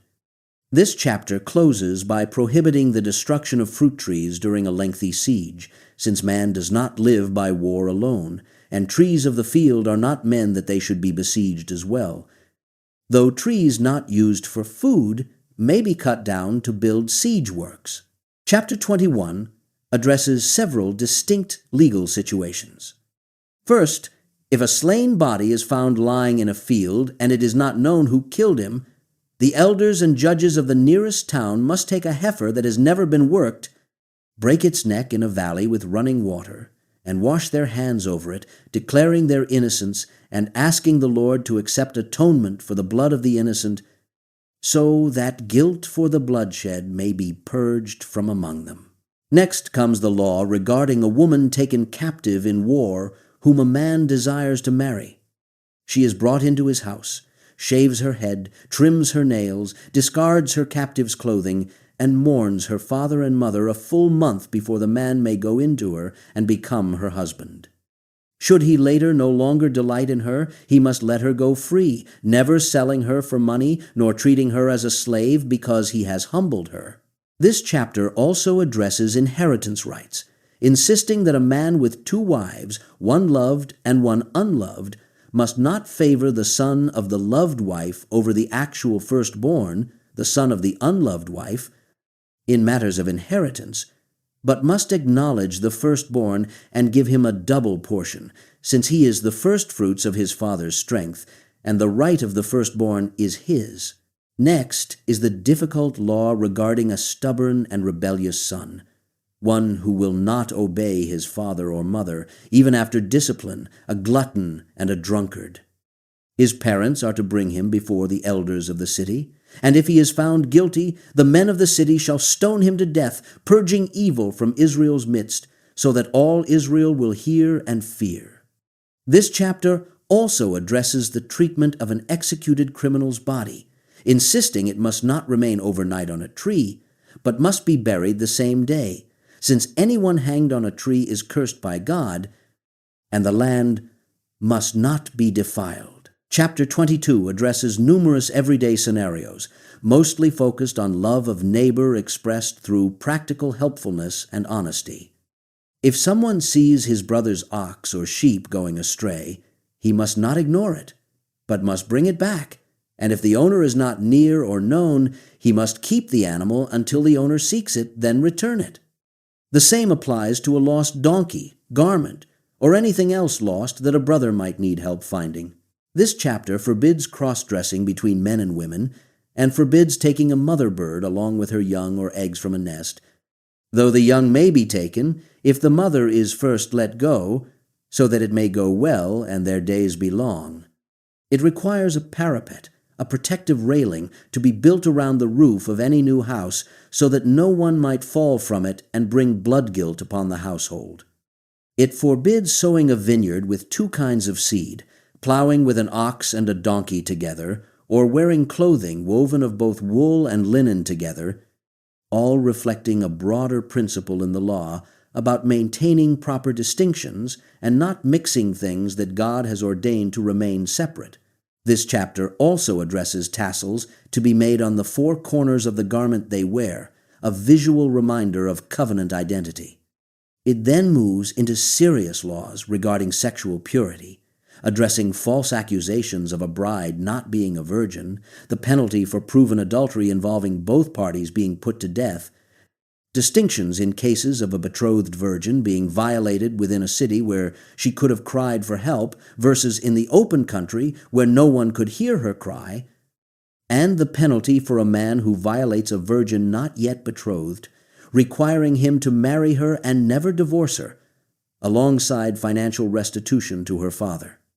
The chapter closes forbidding a man from marrying his father's wife, so as not to dishonor his father's bed. Chapter 23 addresses who may or may not enter the assembly of the Lord, including restrictions on certain foreigners such as Ammonites and Moabites because of their historical hostility toward Israel during the wilderness journey, hiring Balaam to curse Israel. Though descendants of Edomites and Egyptians could enter after a few generations, since Edom is their brother and Egypt had once given them refuge. This chapter addresses cleanliness within military camps, since the Lord walks in the midst of the camp to protect them and give up their enemies before them, so the camp must remain holy, with careful provisions made for bodily needs outside the camp to prevent anything indecent being seen among them. It forbids returning an escaped slave to his master, instead allowing him to live wherever he chooses among them without oppression. This chapter forbids Israelite men and women from engaging in cult prostitution, a common practice among surrounding pagan religions, and forbids bringing the earnings of such practices into the house of the Lord for any vow. It forbids charging interest to a fellow Israelite on loans of money, food, or anything else, though interest could be charged to a foreigner. It addresses the seriousness of vows made to the Lord, insisting that once made they must not be delayed in fulfillment, though refraining from making a vow at all incurs no sin. Finally, it permits eating one's fill of a neighbor's standing grain or grapes by hand while passing through, but forbids using a sickle or putting any in a container to carry away, balancing generosity toward the hungry traveler with respect for a neighbor's property and livelihood. Chapter 24 addresses the law of divorce, permitting a man to give his wife a certificate of divorce and send her away if he finds some indecency in her, though if she then marries another man who also divorces her or dies, her first husband may not take her back again, since that would be an abomination before the Lord. This chapter exempts a newly married man from military service or any business duty for a full year, so that he may be free at home to bring happiness to the wife he has taken. It forbids taking a hand mill or an upper millstone in pledge for a debt, since that would be taking a person's very livelihood in pledge. It establishes the death penalty for kidnapping a fellow Israelite to enslave or sell him. It addresses leprous conditions, urging careful observance of priestly instructions, and warns them to remember what the Lord did to Miriam on the way after they came out of Egypt, a reference to an earlier incident of leprosy as discipline recorded in Numbers. This chapter continues addressing pledges for loans, insisting a creditor may not enter a debtor's house to take a pledge by force, but must stand outside and let the debtor bring it out. If the debtor is poor, the creditor must not sleep with his pledge, but must return a garment taken in pledge by sunset, so the poor man may sleep in his own cloak and bless the one who returned it, counted as righteousness before the Lord. It forbids oppressing a hired worker who is poor and needy, whether a fellow Israelite or a sojourner, requiring wages to be paid the very day they are earned, since he is poor and counts on it, lest he cry out against his employer to the Lord, and it be counted as sin. It forbids putting fathers to death for the sins of their children, or children for the sins of their fathers, insisting each person shall be put to death only for his own sin. It reiterates justice for the sojourner, the fatherless, and the widow, forbidding the taking of a widow's garment in pledge, and reminding Israel to remember they were slaves in Egypt, and the Lord redeemed them from there, which is why Moses commands them to do this. It instructs that when reaping a harvest and forgetting a sheaf in the field, they must not go back for it, but leave it for the sojourner, the fatherless, and the widow, so that the Lord their God may bless them in all the work of their hands. The same generosity is commanded when beating olive trees or gathering grapes from a vineyard, leaving the remainder for the sojourner, the fatherless, and the widow, again remembering they were slaves in Egypt, which is why Moses commands them to do this. Chapter 25 continues with judicial matters, addressing how many stripes may be given as punishment for wrongdoing, with a cap of 40 lashes, so that a brother is not degraded in the eyes of the community. It forbids muzzling an ox while it treads out the grain, allowing the animal to eat as it works. This chapter also introduces the unusual and specific law of levirate marriage, requiring a man to marry his deceased brother's widow if the brother died without a son, in order to preserve his brother's name in Israel, with a shaming ceremony prescribed for any brother who refuses this duty. It addresses an unusual scenario involving a woman intervening in a fight between her husband and another man by seizing the opponent's private parts, prescribing that her hand be cut off without pity, reflecting how seriously bodily harm and modesty were treated within the law. This chapter forbids having differing weights and measures for buying and selling, insisting on full and fair weights and measures, so that days may be long in the land the Lord their God is giving them, since all who do such things, all who act dishonestly, are an abomination to the Lord their God. The chapter and this entire long section of legal material closes by commanding Israel to remember what Amalek did to them on the way as they came out of Egypt, how Amalek attacked them along the way, cutting off those lagging behind, faint and weary, not fearing God. Therefore, when the Lord their God has given them rest from all their surrounding enemies in the land they are to inherit, they are to blot out the memory of Amalek from under heaven, a command not to be forgotten. Chapter 26 closes the entire legal section with two beautiful liturgical ceremonies. First is the offering of firstfruits, in which every Israelite, once settled in the land, is to take some of the first of all the fruit of the ground, put it in a basket, and bring it to the place the Lord chooses, presenting it to the priest, and declaring aloud a summary of Israel's entire national story, that a wandering Aramaean, referring to Jacob was his father, who went down into Egypt, few in number, and sojourned there, but became a great, mighty, and populous nation. The Egyptians treated them harshly, afflicting them with hard labor. But they cried out to the Lord, who heard their voice, saw their affliction, toil, and oppression, and brought them out of Egypt with a mighty hand, an outstretched arm, great deeds of terror, signs, and wonders, bringing them into this land flowing with milk and honey. This declaration was to be followed by rejoicing before the Lord, together with the Levite and the sojourner, celebrating all the good the Lord has given. Second is the ceremony of the 3rd year tithe, again to be given to the Levite, sojourner, fatherless, and widow, accompanied by a solemn declaration before the Lord that the tithing has been done properly. None of the sacred portion has been misused for mourning rites or given to the dead, and asking the Lord to bless his people Israel and the land he has given them, exactly as he swore to their fathers. This chapter closes with a beautiful mutual declaration binding both parties of the covenant together. Israel has declared today that the Lord is their God, that they will walk in his ways, keep his statutes, commandments, and rules, and obey his voice. And the Lord has declared today that Israel is his treasured possession, as he has promised, and that they are to keep all his commandments, so that he will set them high above all nations he has made in praise, fame, and honor, and that they shall be a people holy to the Lord their God, just as he promised. Chapter 27. The ceremony at Mount Ebal and Gerizim. Chapter 27 records instructions for a remarkable covenant renewal ceremony to take place once Israel crosses the Jordan. Moses, together with the elders of Israel, commands the people that on the day they cross the Jordan into the land the Lord their God is giving them, they shall set up large stones, plaster them, and write on them all the words of this law very clearly once they have crossed over. This was to happen on Mount Ebal, where they were also to build an altar of uncut stones, on which no iron tool had been used, offering burnt offerings and peace offerings there, eating and rejoicing before the Lord their God.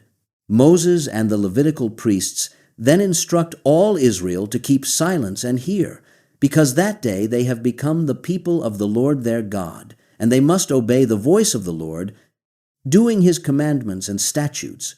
Moses commands them that day.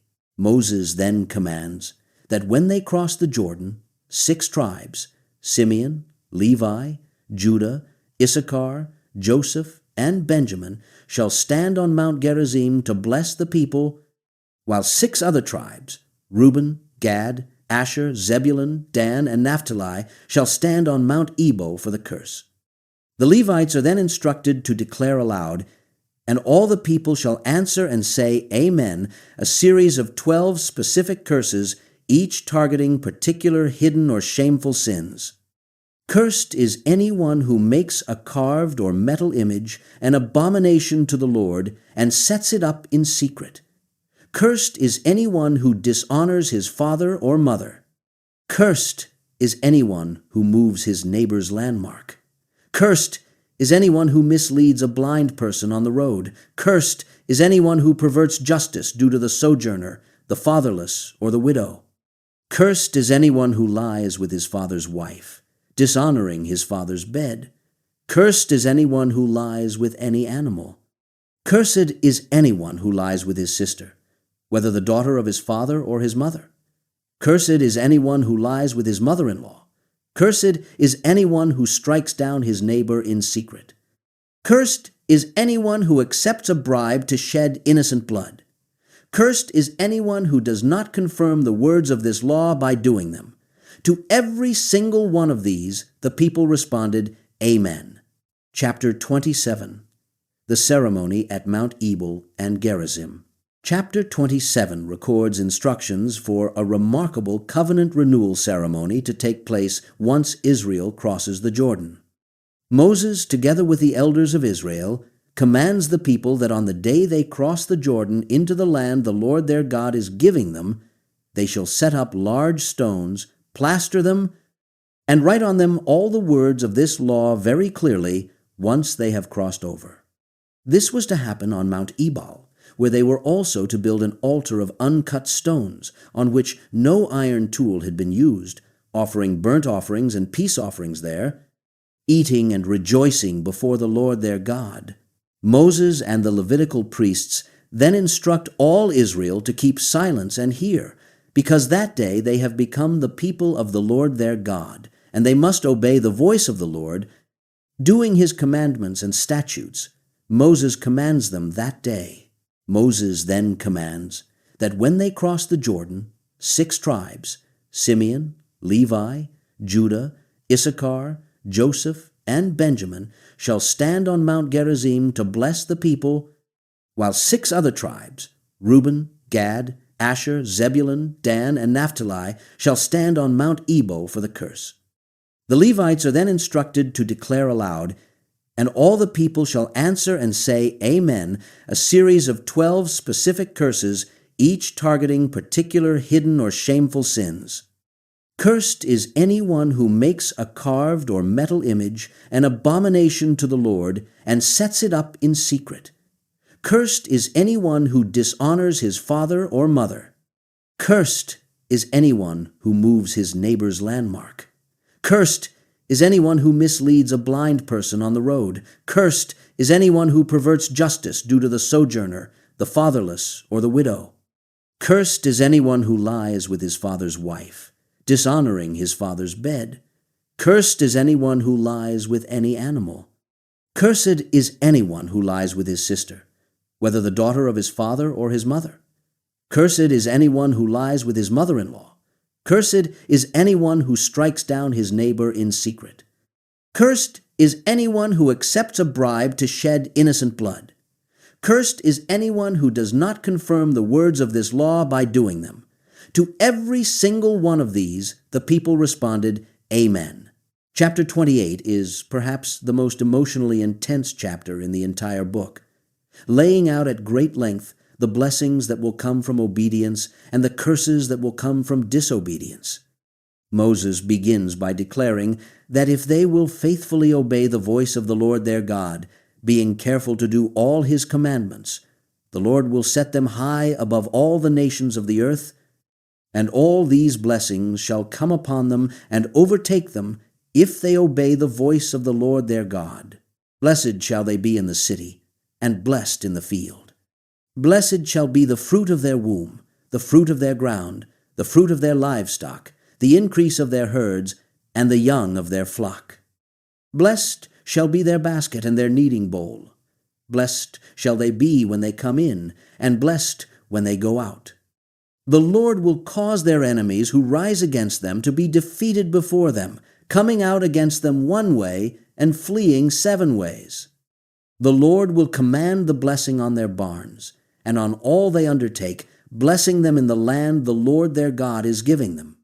The Lord will establish them as a people holy to himself, as he swore to them, if they keep his commandments and walk in his ways. All the peoples of the earth shall see they are called by the name of the Lord, and they shall be afraid of them.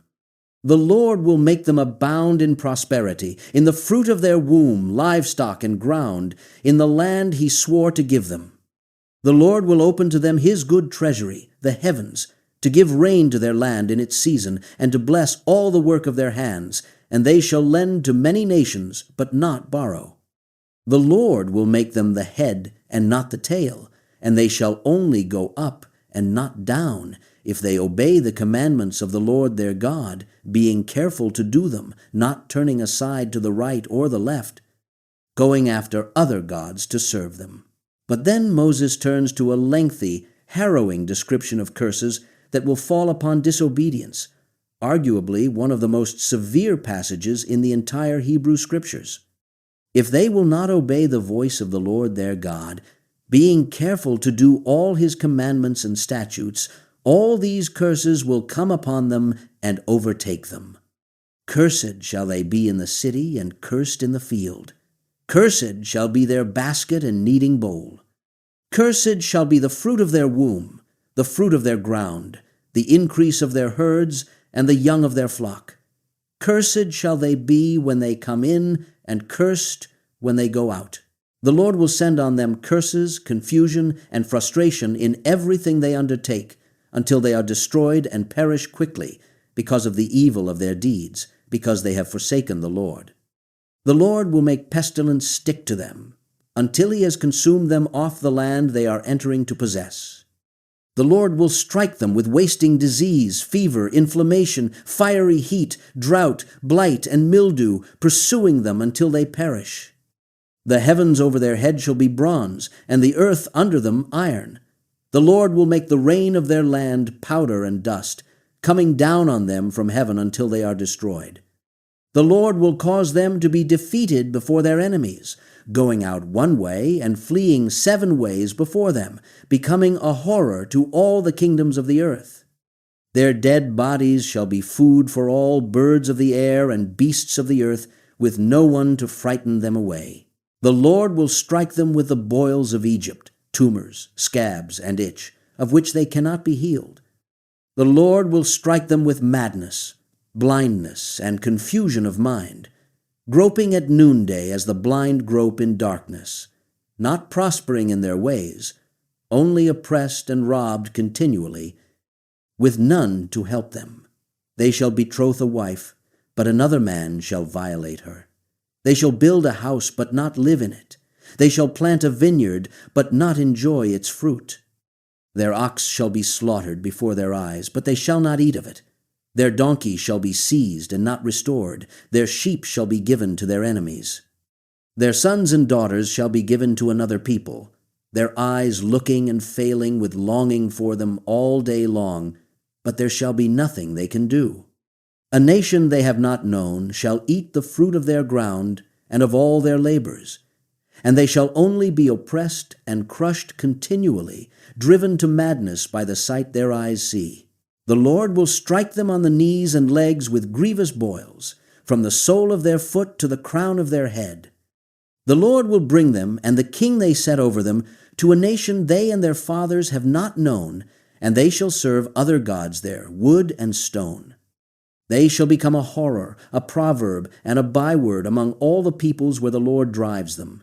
They shall carry much seed out to the field, but gather little in, because the locust shall consume it. They shall plant vineyards and dress them, but not drink the wine or gather the grapes, because the worm shall eat them. They shall have olive trees throughout their territory, but not anoint themselves with the oil, for their olives shall drop off. They shall father sons and daughters, but they shall not remain theirs, for they shall go into captivity. Their trees and the fruit of their ground shall be possessed by swarming locusts. The sojourner among them shall rise higher and higher above them, while they themselves shall come down lower and lower.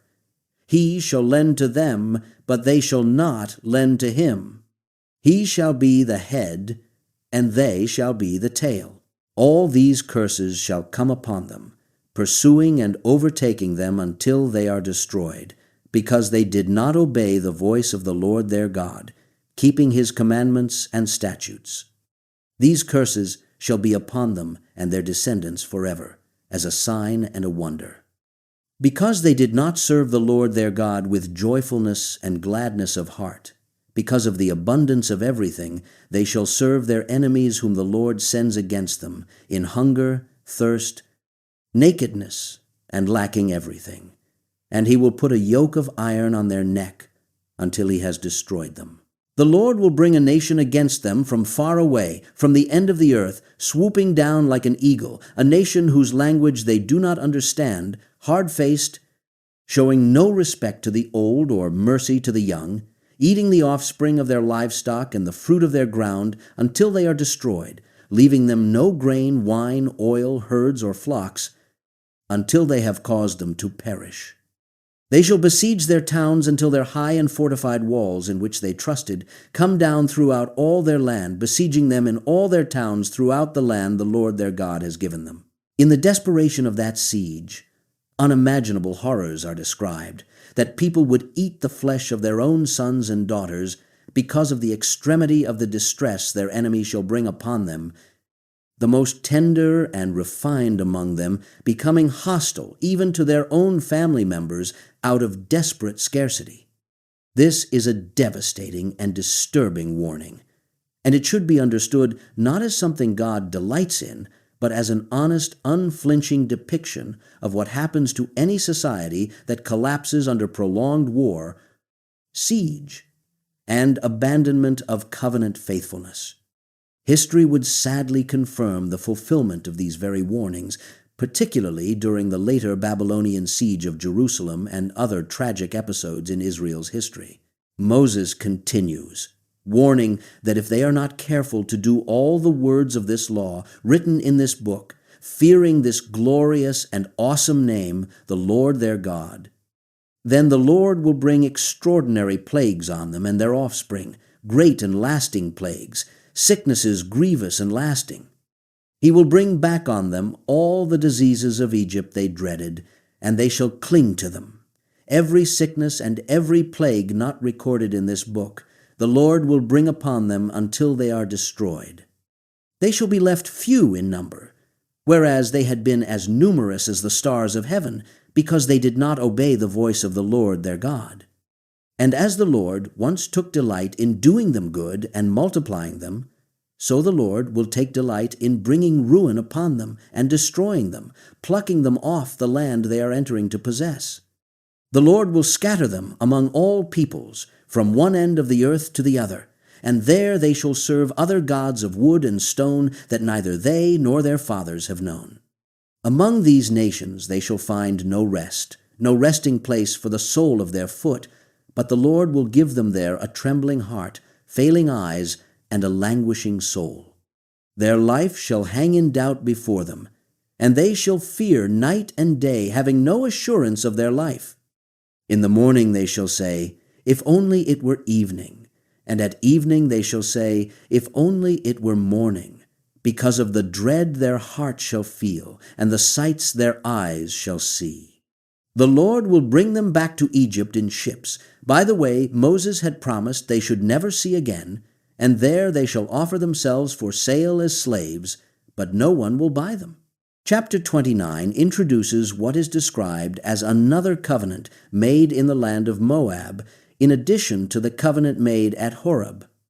Moses summons all Israel and reminds them of everything their own eyes have seen, all the Lord did in Egypt, to Pharaoh, his servants, and his land, the great trials their eyes saw, the signs and wonders.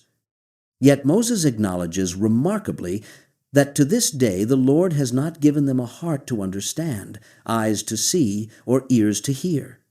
He reminds them of the 40 years he led them in the wilderness, their clothes not wearing out, their sandals not wearing off their feet, that they did not eat bread or drink wine or strong drink, so that they might know that the Lord is their God.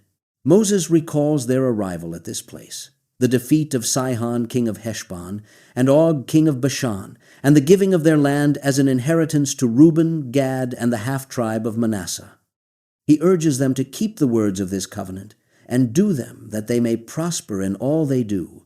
He then declares that they stand today, all of them, before the Lord their God, their heads of tribes, elders, officers, all the men of Israel, their children, wives, and the sojourner within their camp, from the one who chops wood to the one who draws water, in order to enter into the covenant of the Lord their God, and his oath, which he is making with them that day, that he may establish them as his people and be their God, as he promised them and swore to their fathers, Abraham, Isaac, and Jacob. Yet, Moses adds, it is not only with those standing there that day before the Lord that he is making this covenant and oath, but also with those not there with them that day, meaning future generations not yet born. Moses warns, lest there be among them a man, woman, clan, or tribe, whose heart turns away from the Lord their God today to go worship the gods of those nations, a root bearing poisonous and bitter fruit, lest anyone hearing the words of this curse should bless himself in his heart, saying he shall be safe, even though he walks in the stubbornness of his heart, sweeping away moist and dry alike. The Lord will not be willing to forgive such a person, but rather his anger and jealousy will smoke against him, and every curse written in this book will settle on him, blotting out his name from under heaven.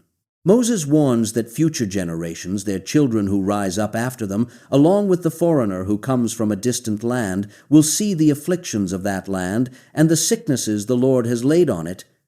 The whole land burned with brimstone and salt, nothing sown, nothing sprouting, no vegetation growing on it, like the overthrow of Sodom and Gomorrah, Admah and Zeboim, which the Lord overthrew in his anger and wrath.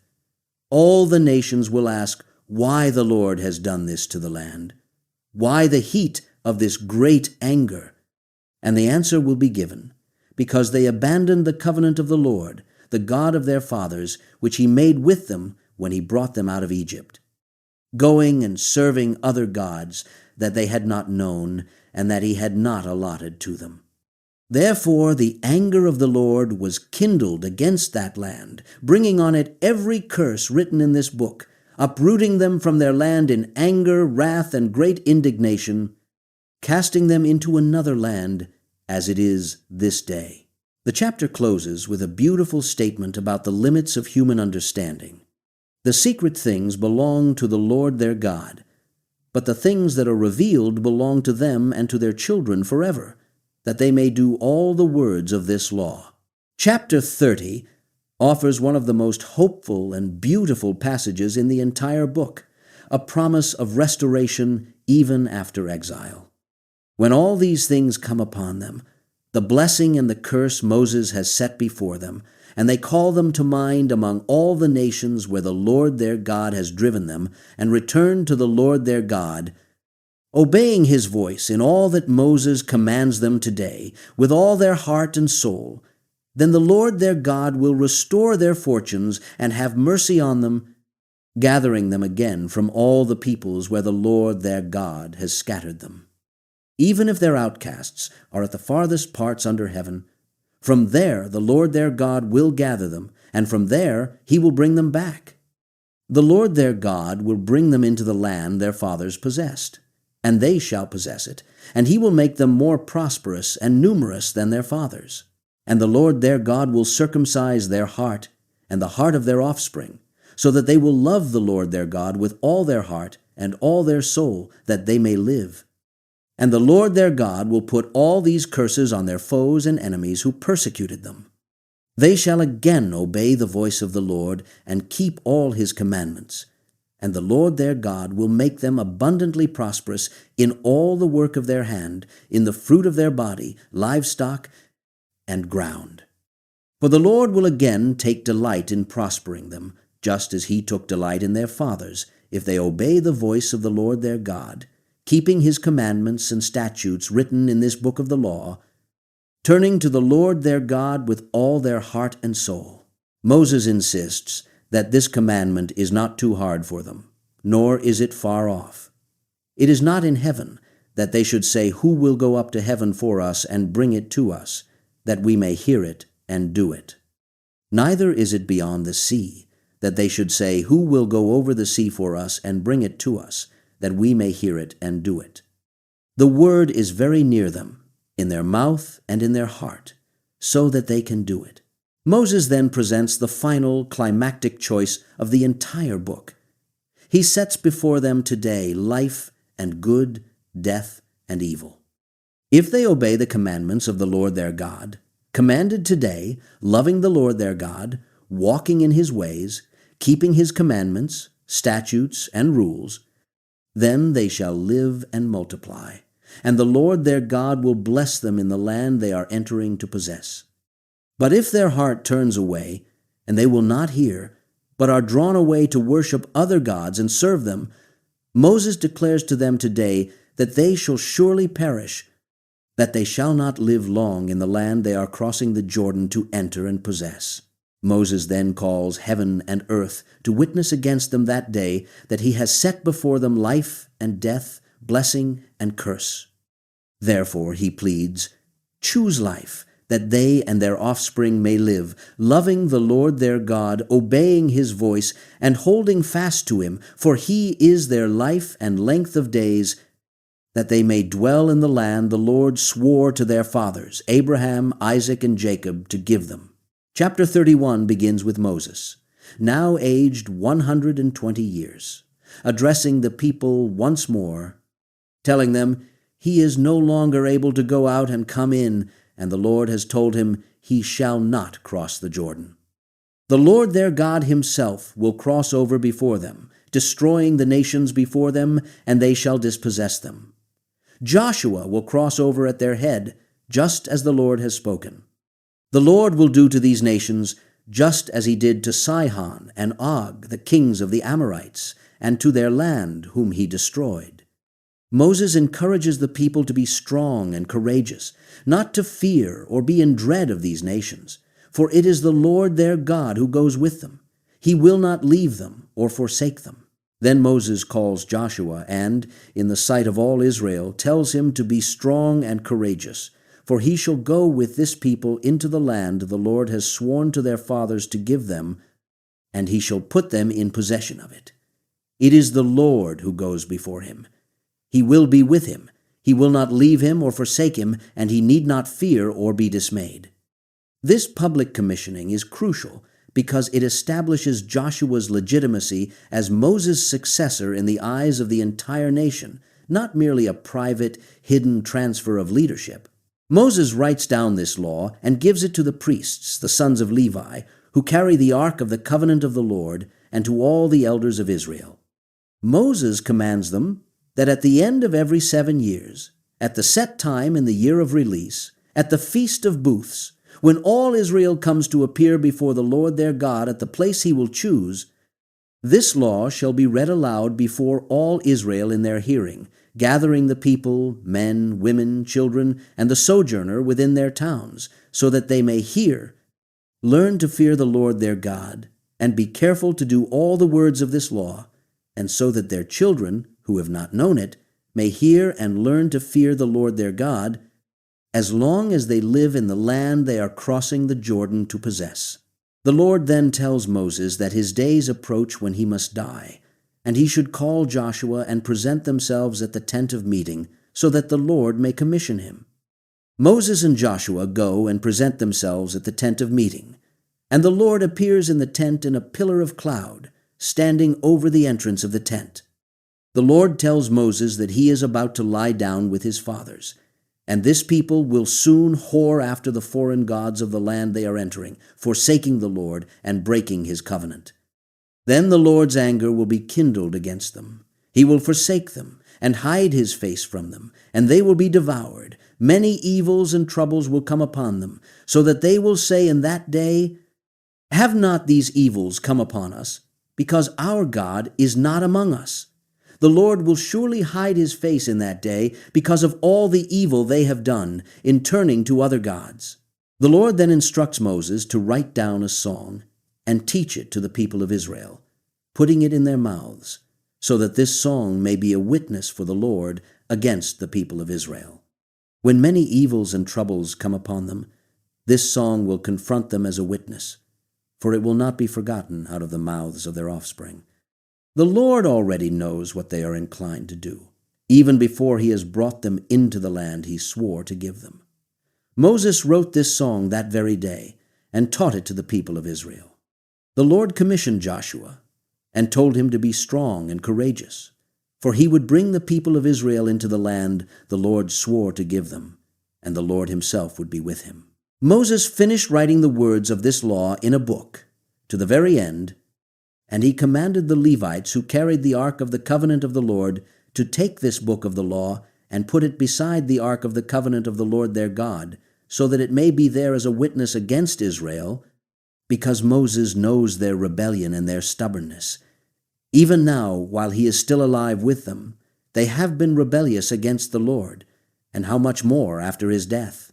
Moses then commands the elders of the tribes and officers to gather all the elders of the tribes and all the officers, so he can speak these words in their hearing and call heaven and earth to witness against them.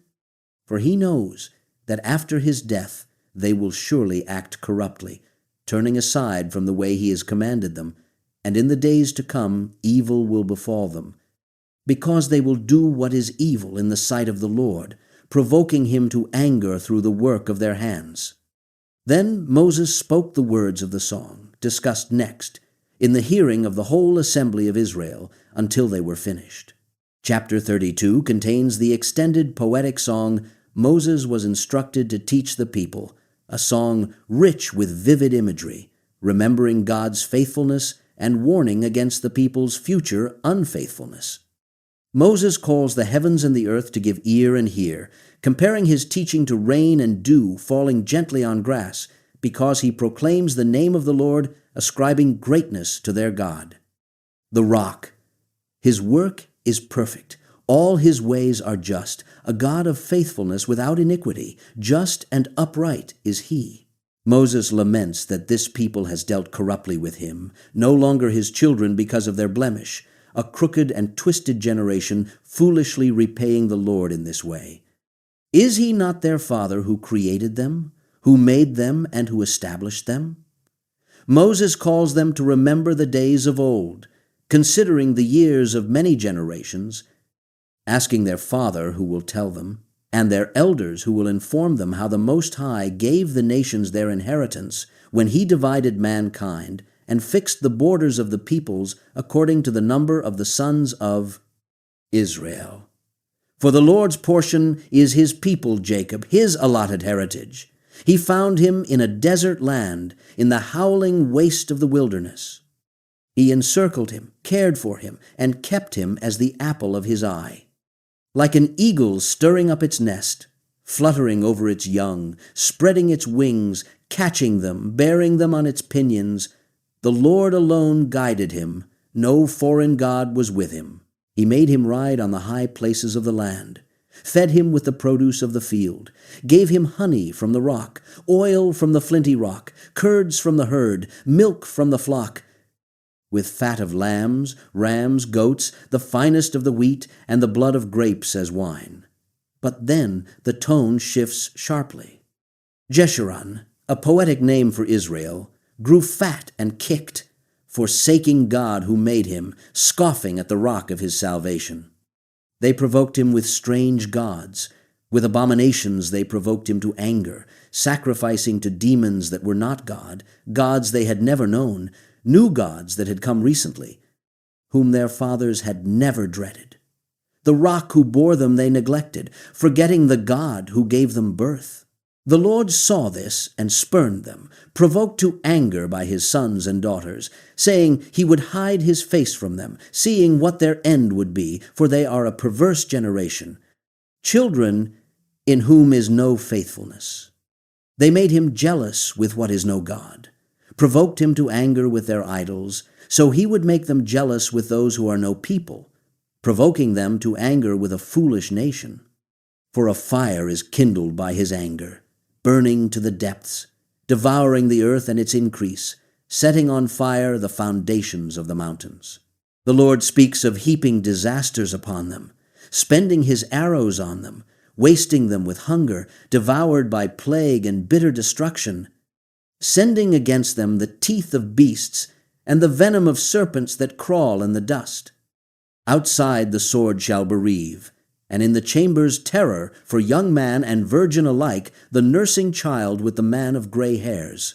Yet the Lord relents from full destruction, saying he would have said he would scatter them and blot out their memory from mankind, had he not feared provocation from the enemy, lest their adversaries should misunderstand and say their own hand has triumphed, not that it was the Lord who did all this.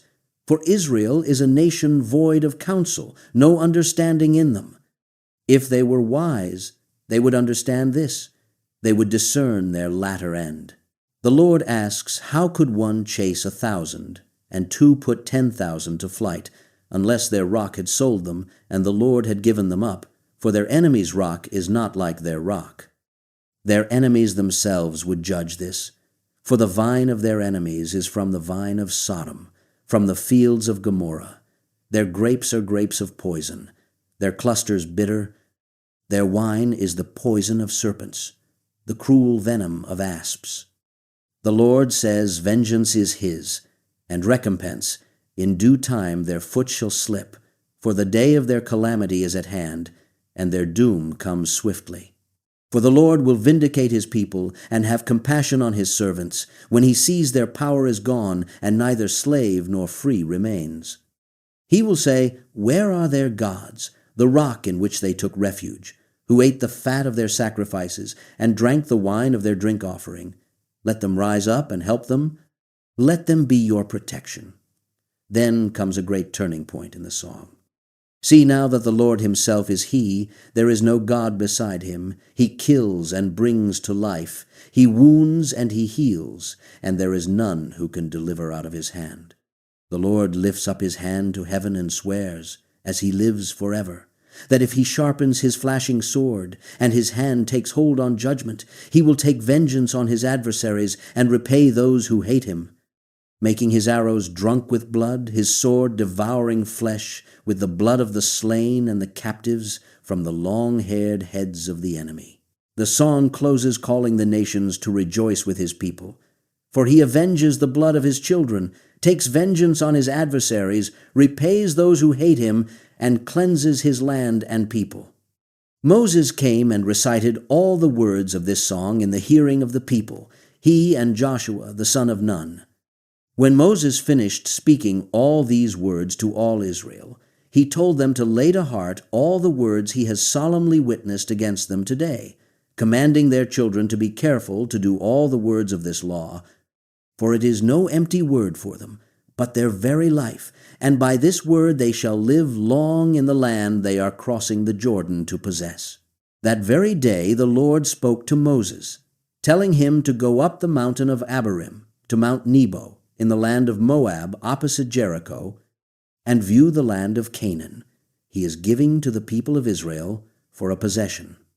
He is to die on the mountain he goes up, being gathered to his people, just as his brother Aaron died on Mount Hor and was gathered to his people, because both of them broke faith with the Lord in the midst of the people of Israel at the waters of Meribah Kadesh in the wilderness of Zin, because they did not treat the Lord as holy in the midst of the people of Israel.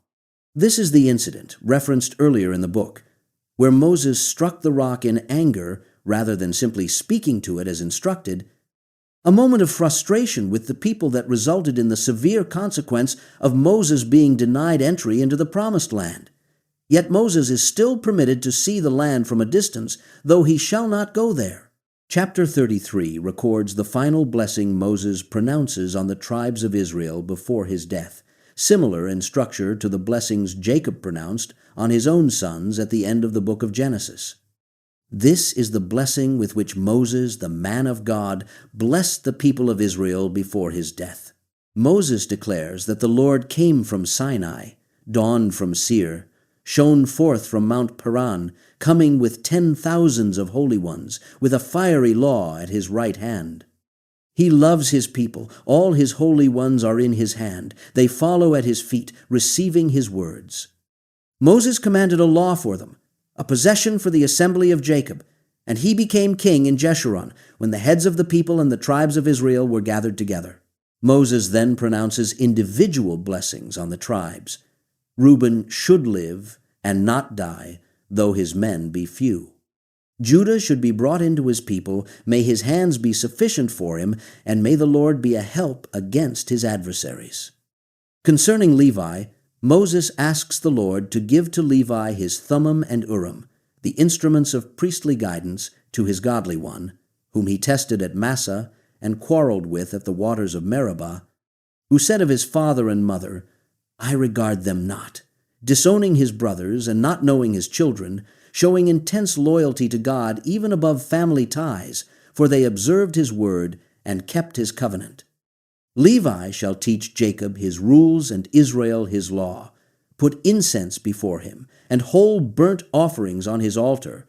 Blessed be his substance, and may the Lord accept the work of his hands, crushing the loins of his adversaries. Of Benjamin, Moses says, the beloved of the Lord dwells in safety. The Lord shields him all day long and dwells between his shoulders. Of Joseph, Moses gives an extensive and rich blessing, invoking the precious things of heaven, the dew, the deep beneath, the precious fruits brought forth by the sun, the rich yield of the months, the finest produce of the ancient mountains, the abundance of the everlasting hills, the best gifts of the earth and its fullness, and the favor of him who dwells in the burning bush. May these blessings come on the head of Joseph, on the forehead of the one set apart from his brothers. His firstborn bull has majesty. His horns are the horns of a wild ox. With them he shall gore the peoples, driving them to the ends of the earth, this being the 10,000s of Ephraim and the thousands of Manasseh. Of Zebulun, Moses says he should rejoice in his going out, and Issachar in his tents. They call peoples to their mountain, offering right sacrifices, drawing from the abundance of the seas and the treasures hidden in the sand. Of Gad, Moses says, "Blessed is the one who enlarges Gad. He lies down like a lion, tearing arm and scalp, and he chose the best of the land for himself, executing the justice of the Lord and his rules with Israel. Of Dan, he calls him a lion's cub leaping from Bashan. Of Naphtali, satisfied with favor, full of the blessing of the Lord, he shall possess the lake and the south. Of Asher, most blessed of sons, let him be favored by his brothers, dipping his foot in oil, his bars of iron and bronze, and as his days, so shall his strength be." Moses closes with a magnificent declaration that there is none like God, who rides through the heavens to their help, through the skies in his majesty. The eternal God is a dwelling place, and underneath are the everlasting arms. He thrust out the enemy before them and said, "Destroy." So Israel lives in safety, the fountain of Jacob alone, in a land of grain and wine, whose heavens drop down dew.